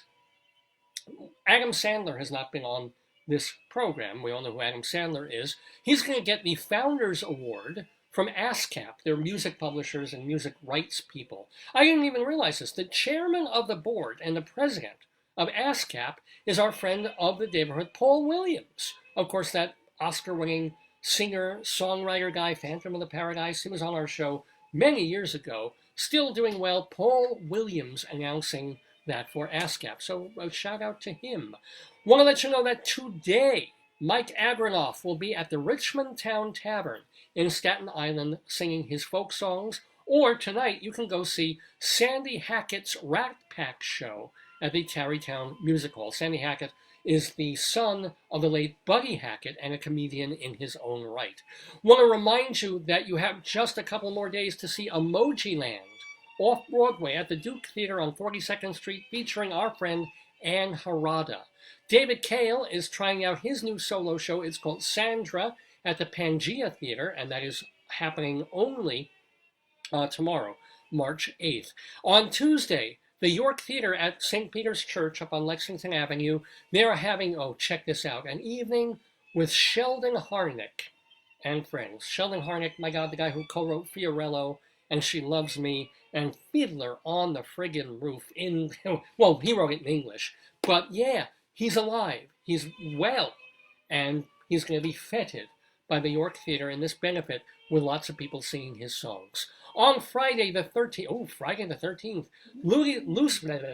Lucy Kaplansky, she will be doing a concert at the Tarrytown Music Hall, joined there by Richard Schindel. Also happening on Friday and into next Saturday, the 13th and the 14th, Raquel Sion, our recent guest, she is doing her David Bowie-based show, Me and Mr. Jones, at Pangea. Playing now through next weekend, Thomas G. Waits is in the play Mr. Toole at 59 East 59th Street, about the writer John Kennedy Toole. Now through next weekend in Sarasota, Florida, go see the drama Kunstler at Florida Studio Theater. It is, of course, about the lawyer Bill Kunstler, a play written by Jeffrey Sweet, our friend of the Daverhood. Playing now through the 16th of March, Women on Fire, which is off-Broadway. It has a rotating cast, and among them are Katie Huffman and Julie Holston, two friends of the Daverhood. We mentioned before, Greg Kotis has a new play. It's called I Am Nobody. It's actually a musical comedy that they're doing at the Tank through the end of the month. On Saturdays at 5:30, tonight and through the end of the month, Eric Comstock and Barbara Fasano are at Birdland. Willard Manus, he has a play. Let me just lower this Mozart a little bit. It's a little insistent there. Yeah, there we go. Make it even a bit lower than that. So, Willard Manus, our theater critic and playwright friend, has a new play. It's called Show Me a Hero, and it's running at the Brick House Theater in North Hollywood, California. And it got a very, very good review from Splash Magazine in Los Angeles, who wrote, Show Me a Hero is a fascinating study taken from real life and should appeal to audiences interested in history, especially Greek history. It's a love story that will draw in audiences captivated by deeply emotional themes. The parallel between stories from ancient Greek theater and contemporary characters will certainly keep the audience involved. So mazel tov to our friend Will Mannis and his play Show Me a Hero, running through the end of March at the Brick House Theater in North Hollywood. I want to remind you that you can see Ray Bachor in Chicago on Broadway at the Ambassador Theater. You can watch Katsura Sunshine doing his show, Rakugo, at New World Stages through the end of April. Little Shop of Horrors running through mid-May at the West Side Theater off-Broadway and featuring music by Alan Menken. Austin Pendleton alert. Austin Pendleton alert. He is in The Minutes on Broadway at the Court Theater. That is the new Tracy Letts play, by the way. Come From Away, a wonderful musical by Irene Sankoff and David Hine, is at the Schoenfeld Theater, while Danny Burston is at the Hirschfeld Theater in Moulin Rouge, and Daniel Breaker is in Hamilton playing Aaron Burr. Oh, and J.O. Sanders is in, as we mentioned, The Girl from the North Country at the Belasco. Tim Caruso's Cast Party every Monday night at Birdland, while Evan Seplow is the founder and editor of StageBuddy.com, a theater nightlife website. Subscribe to DrDemento.com for Dr. Demento shows, both new and the old ones from like the 70s, 80s, and 90s are archived there. DrDemento.com. Charlie Gross and Eva Heineman, Charlie Gross and Leslie Hoban Blake co-host the theater review show Two on the Aisle on Manhattan Neighborhood Network, while Eva Heineman does her show High Drama on the same network. Even if you don't have Manhattan cable TV, you can watch on mnn.org. Joyce mentioned Bob Cudmore. He is still doing podcasts about upstate New York history at bobcudmore.com. You can listen to the cabaret music show Everything Old is New Again, Sunday nights on WBAI, hosted by David Kenny. And want to remind you that Perfect Crime is still off-Broadway, still starring Catherine Russell, who has been in the show almost 32 years now. And those, my friends, are the friends of the Daverhood.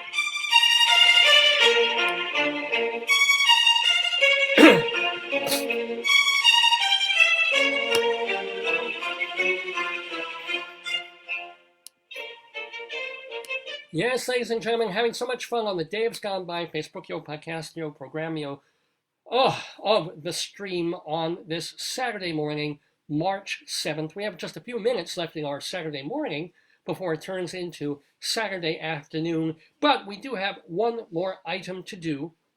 I know Cynthia and Jeff are watching or having some issues. I think Facebook must be having some issues because they're having trouble opening and watching the show too. Don't know why. But Cynthia and Jeff, I hope you're there, and I hope you're able to respond. I don't know why. Yeah, because we're, Wi-Fi? well, no, the Wi-Fi's on, and we're working, and we're rolling, and I don't want to stop anything or mess with anything. Don't. But we do have one more item to do that we do every week. It is our Yesterday quiz. So let me get the music. Cynthia can't play. How can they win? They usually win. They're the winners. Yeah, I know. I hope you can hear me. I hope you're able to watch and or listen. Of course, they won't hear me if I'm saying this, but if you can't, maybe they can listen, but they just can't get the video.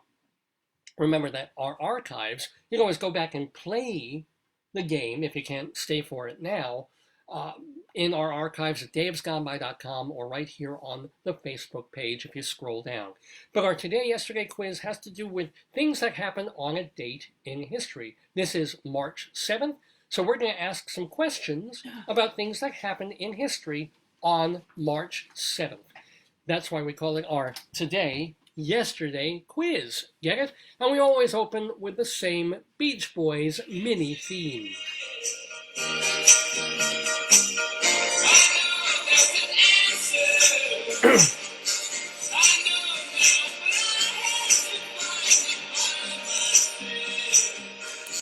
Yes, ladies and gentlemen. So Cynthia has written that she has no video or sound. How would she know to say that, though, if she hears me talking? I can't. There's really nothing. I don't know if there's anything about that. I mean, you're black, too. Yeah.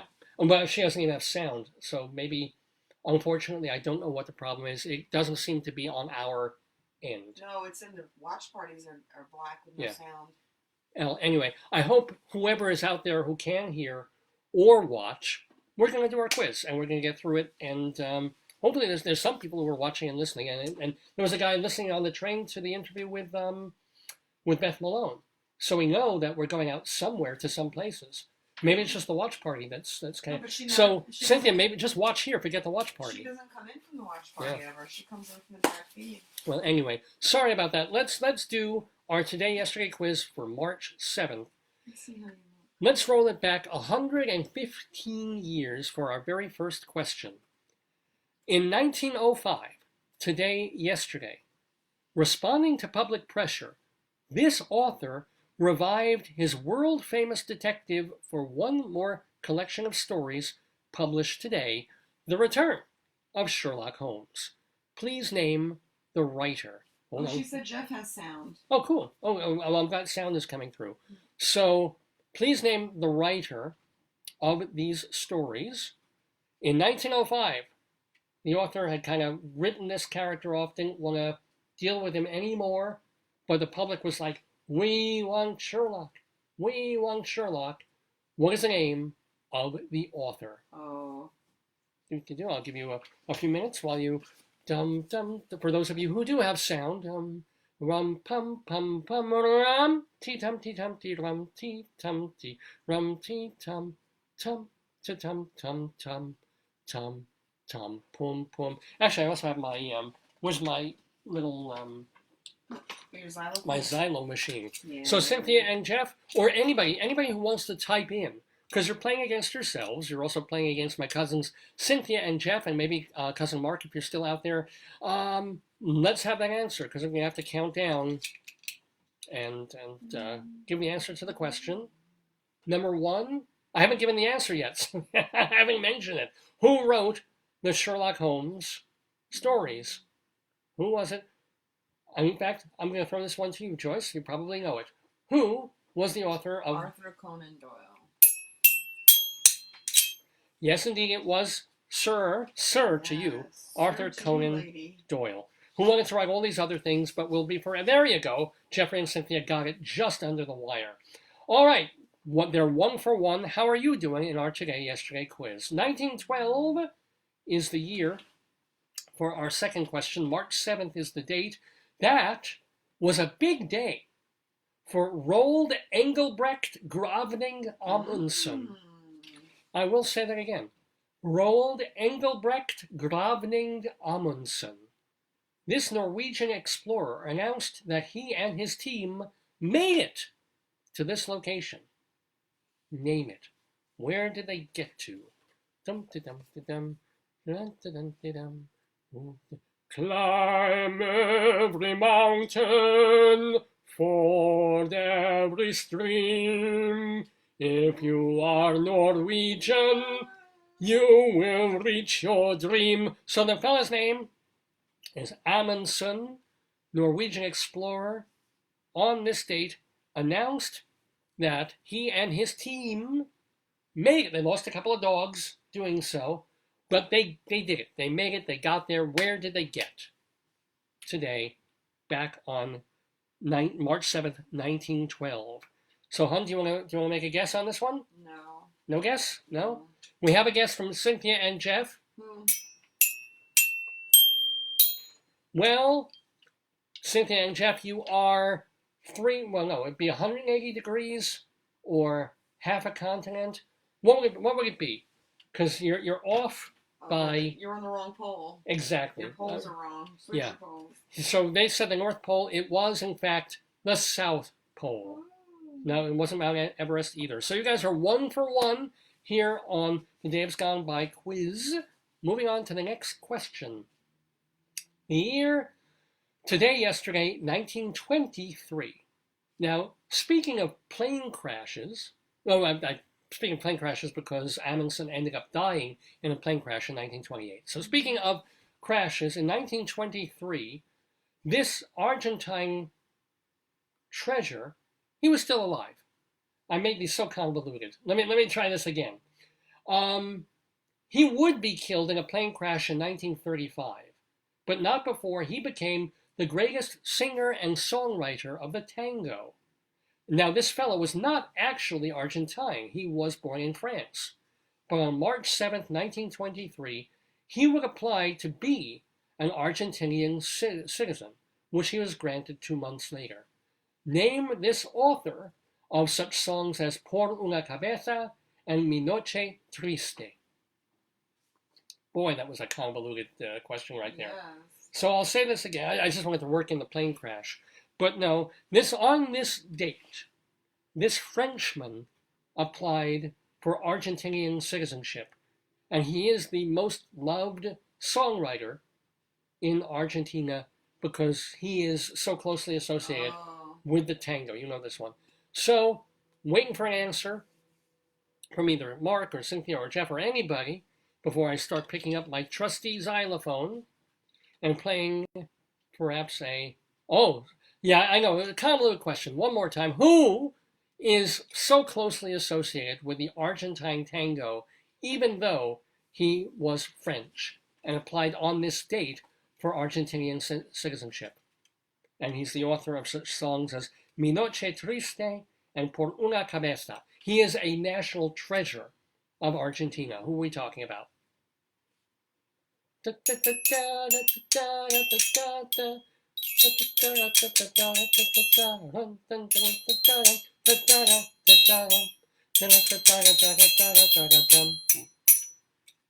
I'm afraid I'm going to have to let this one go. Joyce, do you want to give us the answer? I think it was Peter, Paul, and Mary. Was not Peter, Paul, and Mary? No. Want to try another one? I don't know who. Because he actually was a last tango from Paris, if you think about it. I'm not saying No, it. why not? You know the name. I think, or if you remember. I don't remember the name. He was Carlos Gardel. Oh, Gardel. Carlos Gardel, the king of tango. Yeah.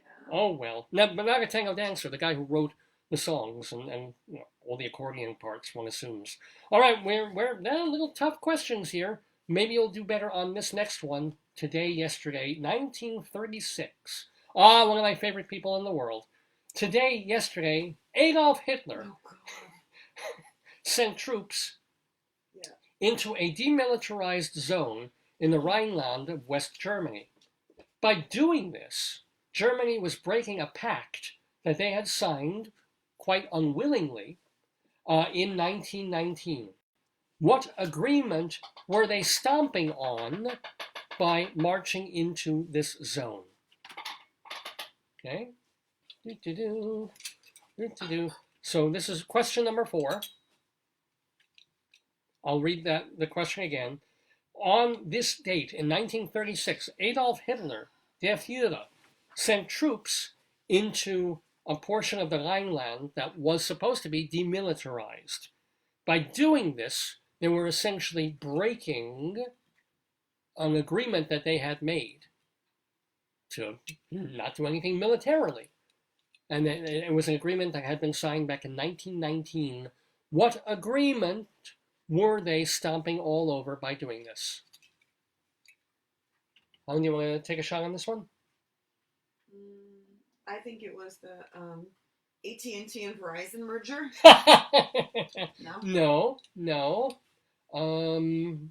How can I give this one away without giving it away? Does it involve Julie Taymor? Well, it was signed in a very gorgeous, speaking of France, place. Oh, the Treaty of Versailles. You got it, and Cynthia and Jeff got it too. It was the Treaty of Versailles signed after World War I, where Germany just felt unbelievably humiliated. Oh, I can just copy the responses here. Yeah, humiliated by the terms of their surrender, of this treaty, which kind of led to bad feelings. Why do you have a photo of a dove? I don't know. No idea. Anyway, so good, well done, Jeff. Oh, it says Dave. And Cynthia. Well done for all the folks who got Treaty of Versailles on that question. All right, we're almost halfway through our Today-Yesterday quiz. Next question, 1944 is the year.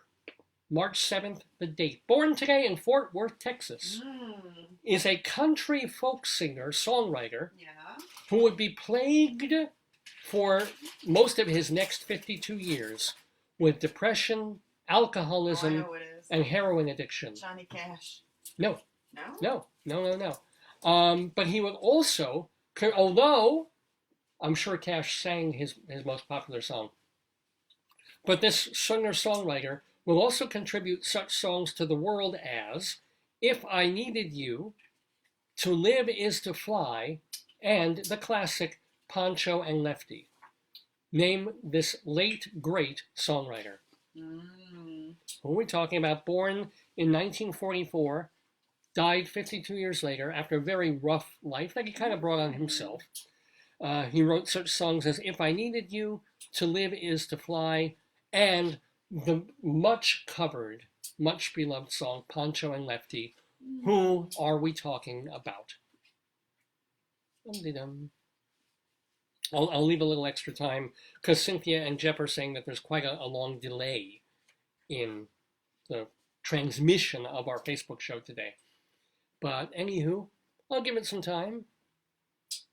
And we all know, all the desperados say he would have done him anyway. They only let him slip away out of kindness, I suppose.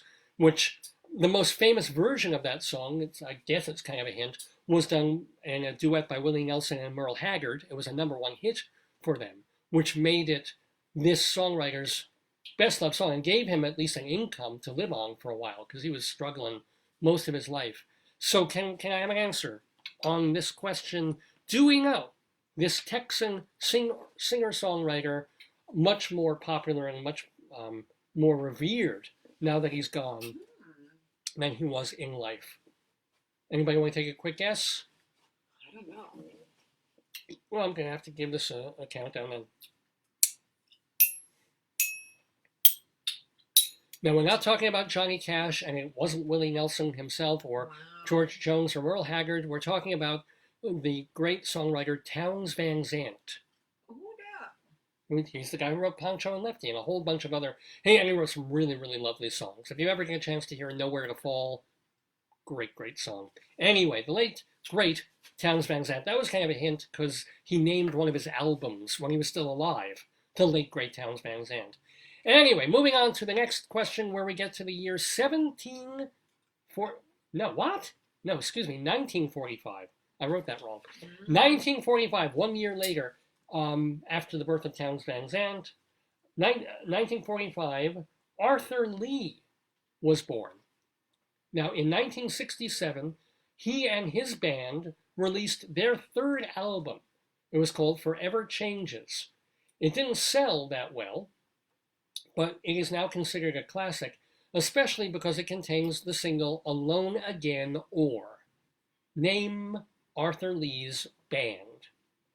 So born on this date in 1945, okay, and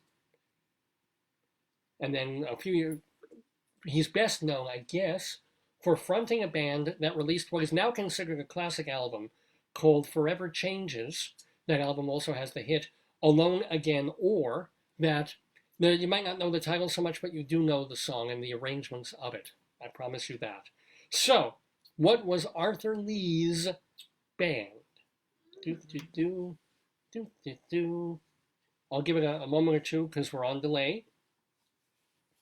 And then I'm going to do a little bit of a countdown.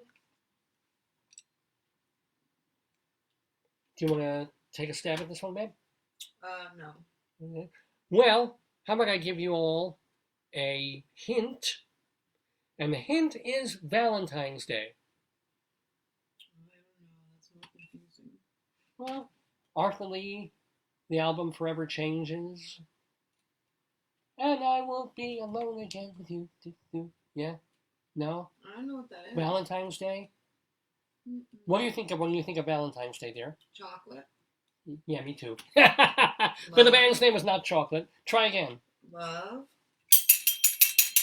That was the band, Arthur Lee's band Love, which released a few different albums, and then he went on to a solo career. What a tough life this guy had. He was arrested for firing a weapon on a trumped-up charge. He spent about 5.5 years in prison Turned out he was innocent. He didn't even fire the damn weapon. Came out, tried for a comeback career, and was sort of coming back, but also battling leukemia, and he died at the age of 61. So, you want to talk about a tough life?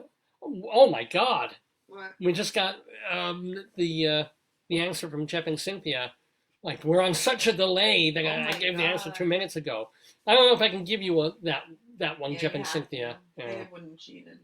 Anyway, the answer was indeed Arthur Lee and the band Love, who put out the Forever Changes album. All right, let's move away from pop music and back to something cultural like Broadway. Well, not that pop music isn't cultural. Let's get to Broadway. In 1955, on March 7th, beloved Broadway star Mary Martin took to the television in a live version of this hit show just a year after it opened on Broadway. Name the musical, whose score is by Caroline Lee, Julie Stein, and a guy named Moose Charlap. What was the show? I think you know this one. I think everybody kind of knows this one, but it may not be on the tip of your tongue.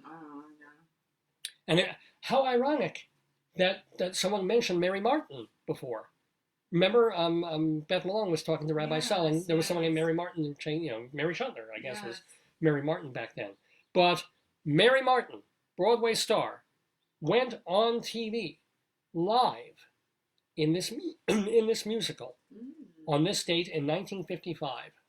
And what's kind of interesting is that they didn't just replay the tape the next year. They redid it a year later, and then they redid it again in 1960. And I think the one that people see generally when they replay it is the one that she did in 1960. That's the one that they've replayed over the years. I am, of course, talking, and Cynthia and Jeff, you got this one.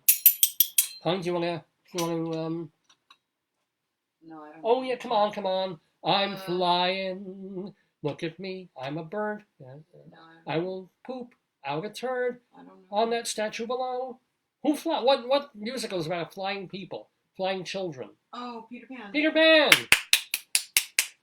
And Peter Pan was, Mary Martin did that first live version. She did it a few times live and then go figure, that generally accepted as the worst of the shows that have been done in modern live TV productions.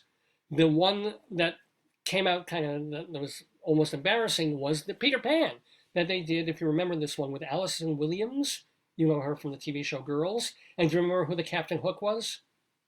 I can't. Johnny Depp. No. That would have been an interesting, yeah. No, it was Christopher Walken as Captain Hook in Peter Pan. It was like, ooh.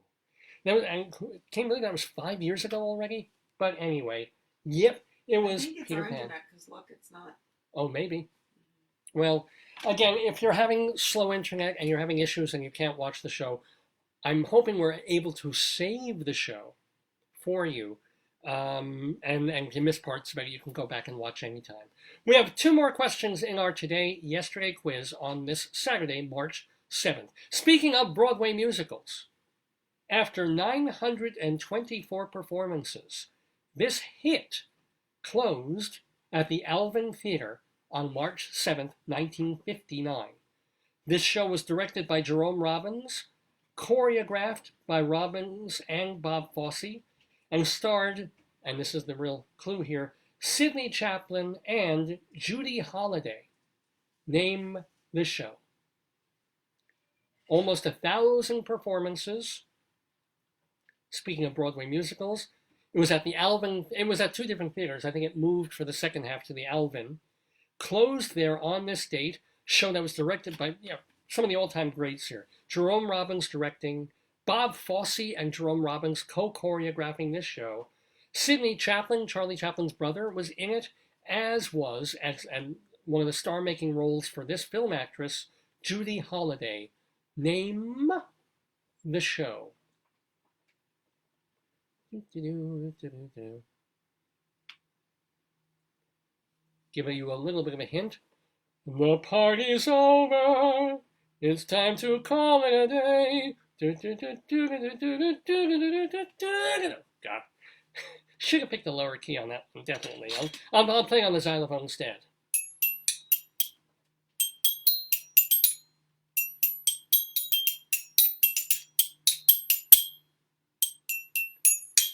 Anybody want to take it? I will. This will kind of give it away, but the hint on this particular one is Suzanne's phone. Does that ring a bell?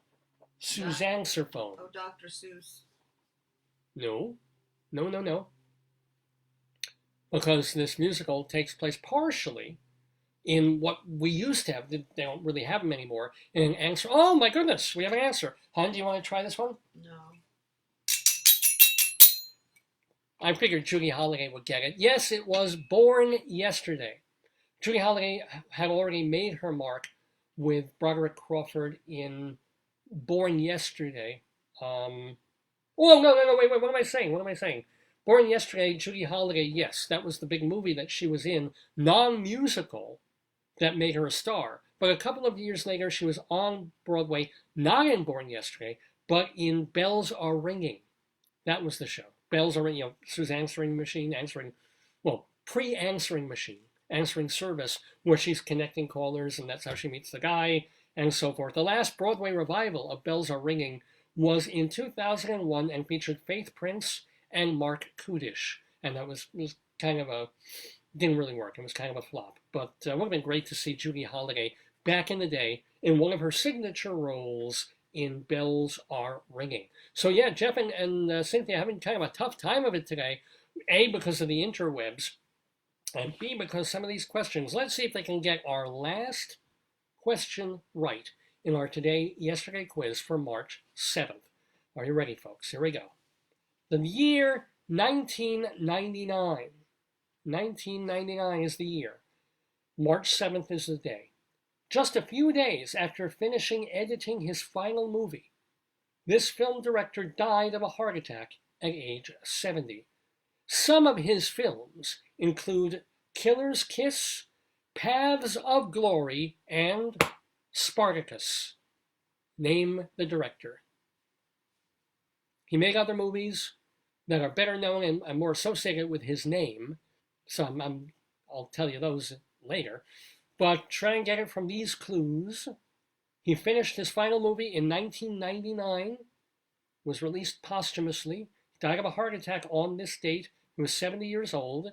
But his lesser-known films include Killer's Kiss, Paths of Glory, and, not a lesser-known film, Spartacus.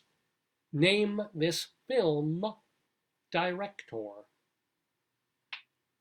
And let me see if Cynthia and Jeff want to pipe in with their answer on that. I do have a couple of hint ones, but they're really going to give it away.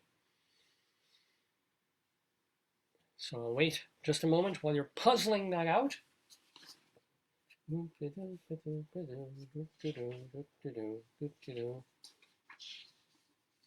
let's see if they can come up with an answer. No? All right, I will give a hint. Other movies of his include Lolita and Barry Lyndon. That's too esoteric. Really? Okay. Lolita and Barry Lyndon. One of the most important iconoclastic and truly, even when his films didn't work all the way, truly visionary film directors of all time. Cynthia and Jeff, they have an answer?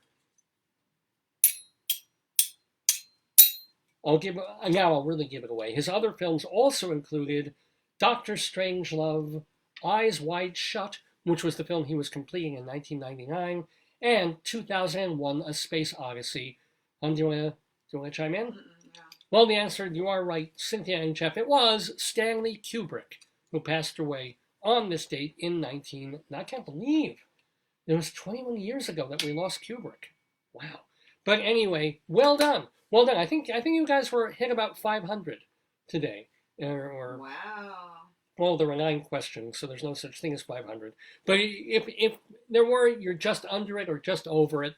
Hope you enjoyed. Hope everyone playing at home enjoyed our yesterday quiz. We do it every week just because, radio is so great for quizzes. It's such a great space for it. If you're not cheating, if you're not looking at Wiki or Google, etc., and just pulling these things out of your mind. So how did you do, Cynthia and Jeff? How did you all do in our yesterday quiz on Dave's Gone By? Today, Saturday, March 7th, 2020. I'm Dave Lefkowitz, the host and producer of this program. Want to remind you of a couple of things before we get on out of here. I do want to remind you that, let's see, first of all, our archives reside at davesgoneby.com. So especially if you got fed up with the internet or you didn't have a visual on this episode of the show, check Facebook later in the day and then anytime, because our archives should be saved there. And then I'm hoping our video will be savable here so that we'll pop it up on davesgoneby.com by tomorrow. And you can watch our previous show, and 10 shows ago, and 100, and 300, and 500 shows ago, all the way back to our very, very first episode that aired in October of 2002 on New York radio. They're all there. They're all saved. Most of them are just audio. The past 2 or 3 years are on video too. davesgoneby.com. Plus we have a separate archive for all the folks, all the wonderful people who've appeared on the program. Separate archive right at davesgoneby.com. Want to remind you also that we've been posting our audio archives up at castbox.fm, and our audio and video archives, going slowly, just the last year and a half or so, up at archive.org, which is what we want to get the show out there to as many people as possible, as much as possible.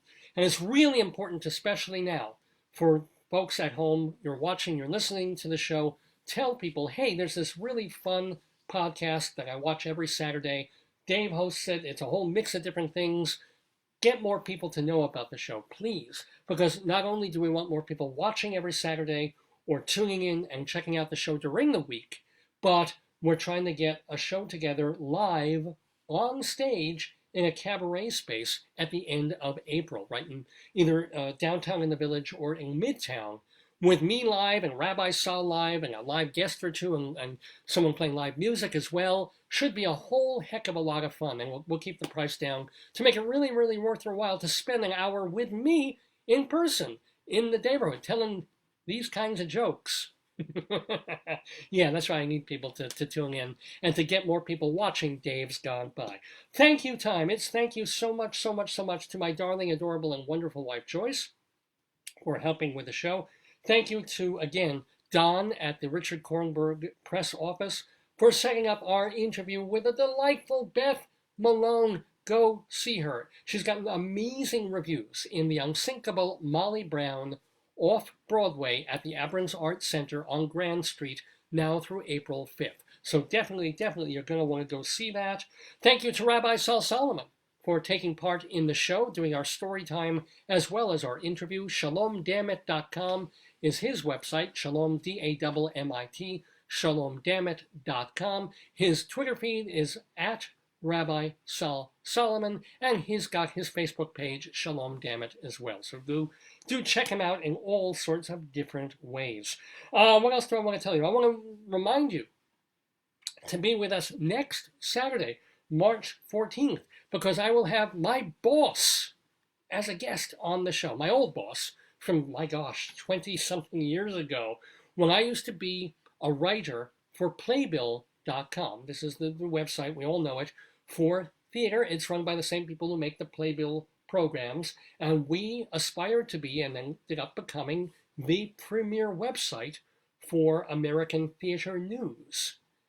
And we were for quite a long time. So Robert was the managing editor at that point. They brought me in as the writer to write all the news stories and to do all the interviews and stuff. And then at a certain point, Robert left, and I kind of took over his job. We'll talk about the circumstances of that, I think. We'll see. That's a whole other show.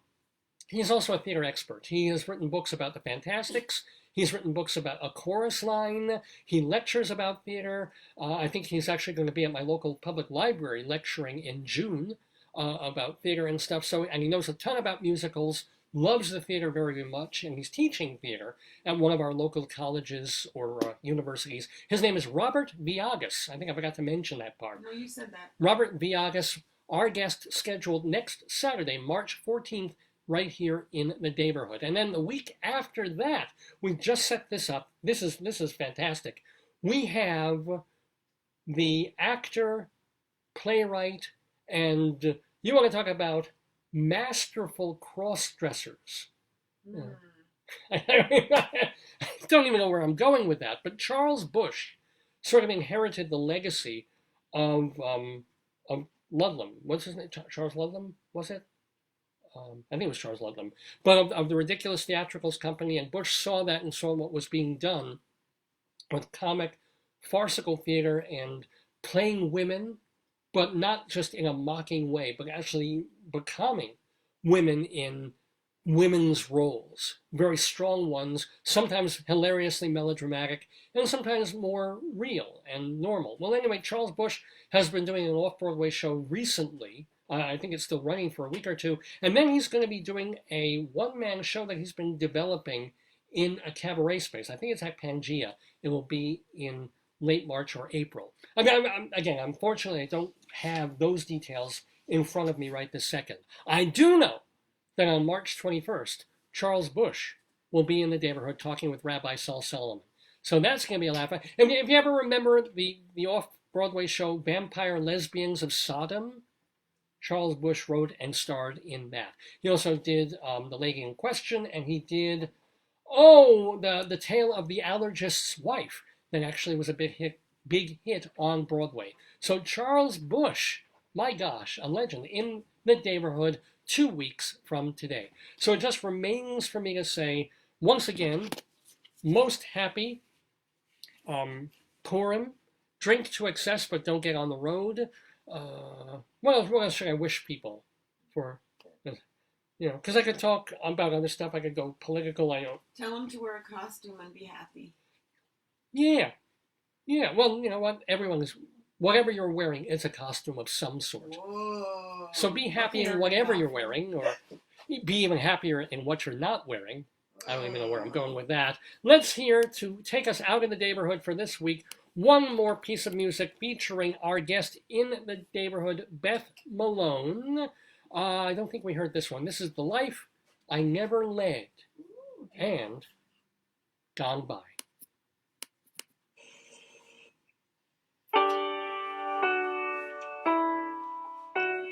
I've never talked back, I've never slept late, I've never sat down when told to stand straight, I've never let go and gone with the flow, and don't even know really why. I've never asked questions or taken a dare, I've never worn clothes that might make people stare, I've never rebelled or stood up and yelled, or even just held my head high, and all of the feelings unspoken, all of the truths unsaid, they're all I have left of the life I never led. Thank you, Beth Malone. Thank you, everybody who has been watching. Happy turning the clocks forward. Happy Purim to you. Happy March, right? Happy good things. And I will see you next Saturday, 9 Eastern Time, with a new episode of Dave's Gone By. And Gone By.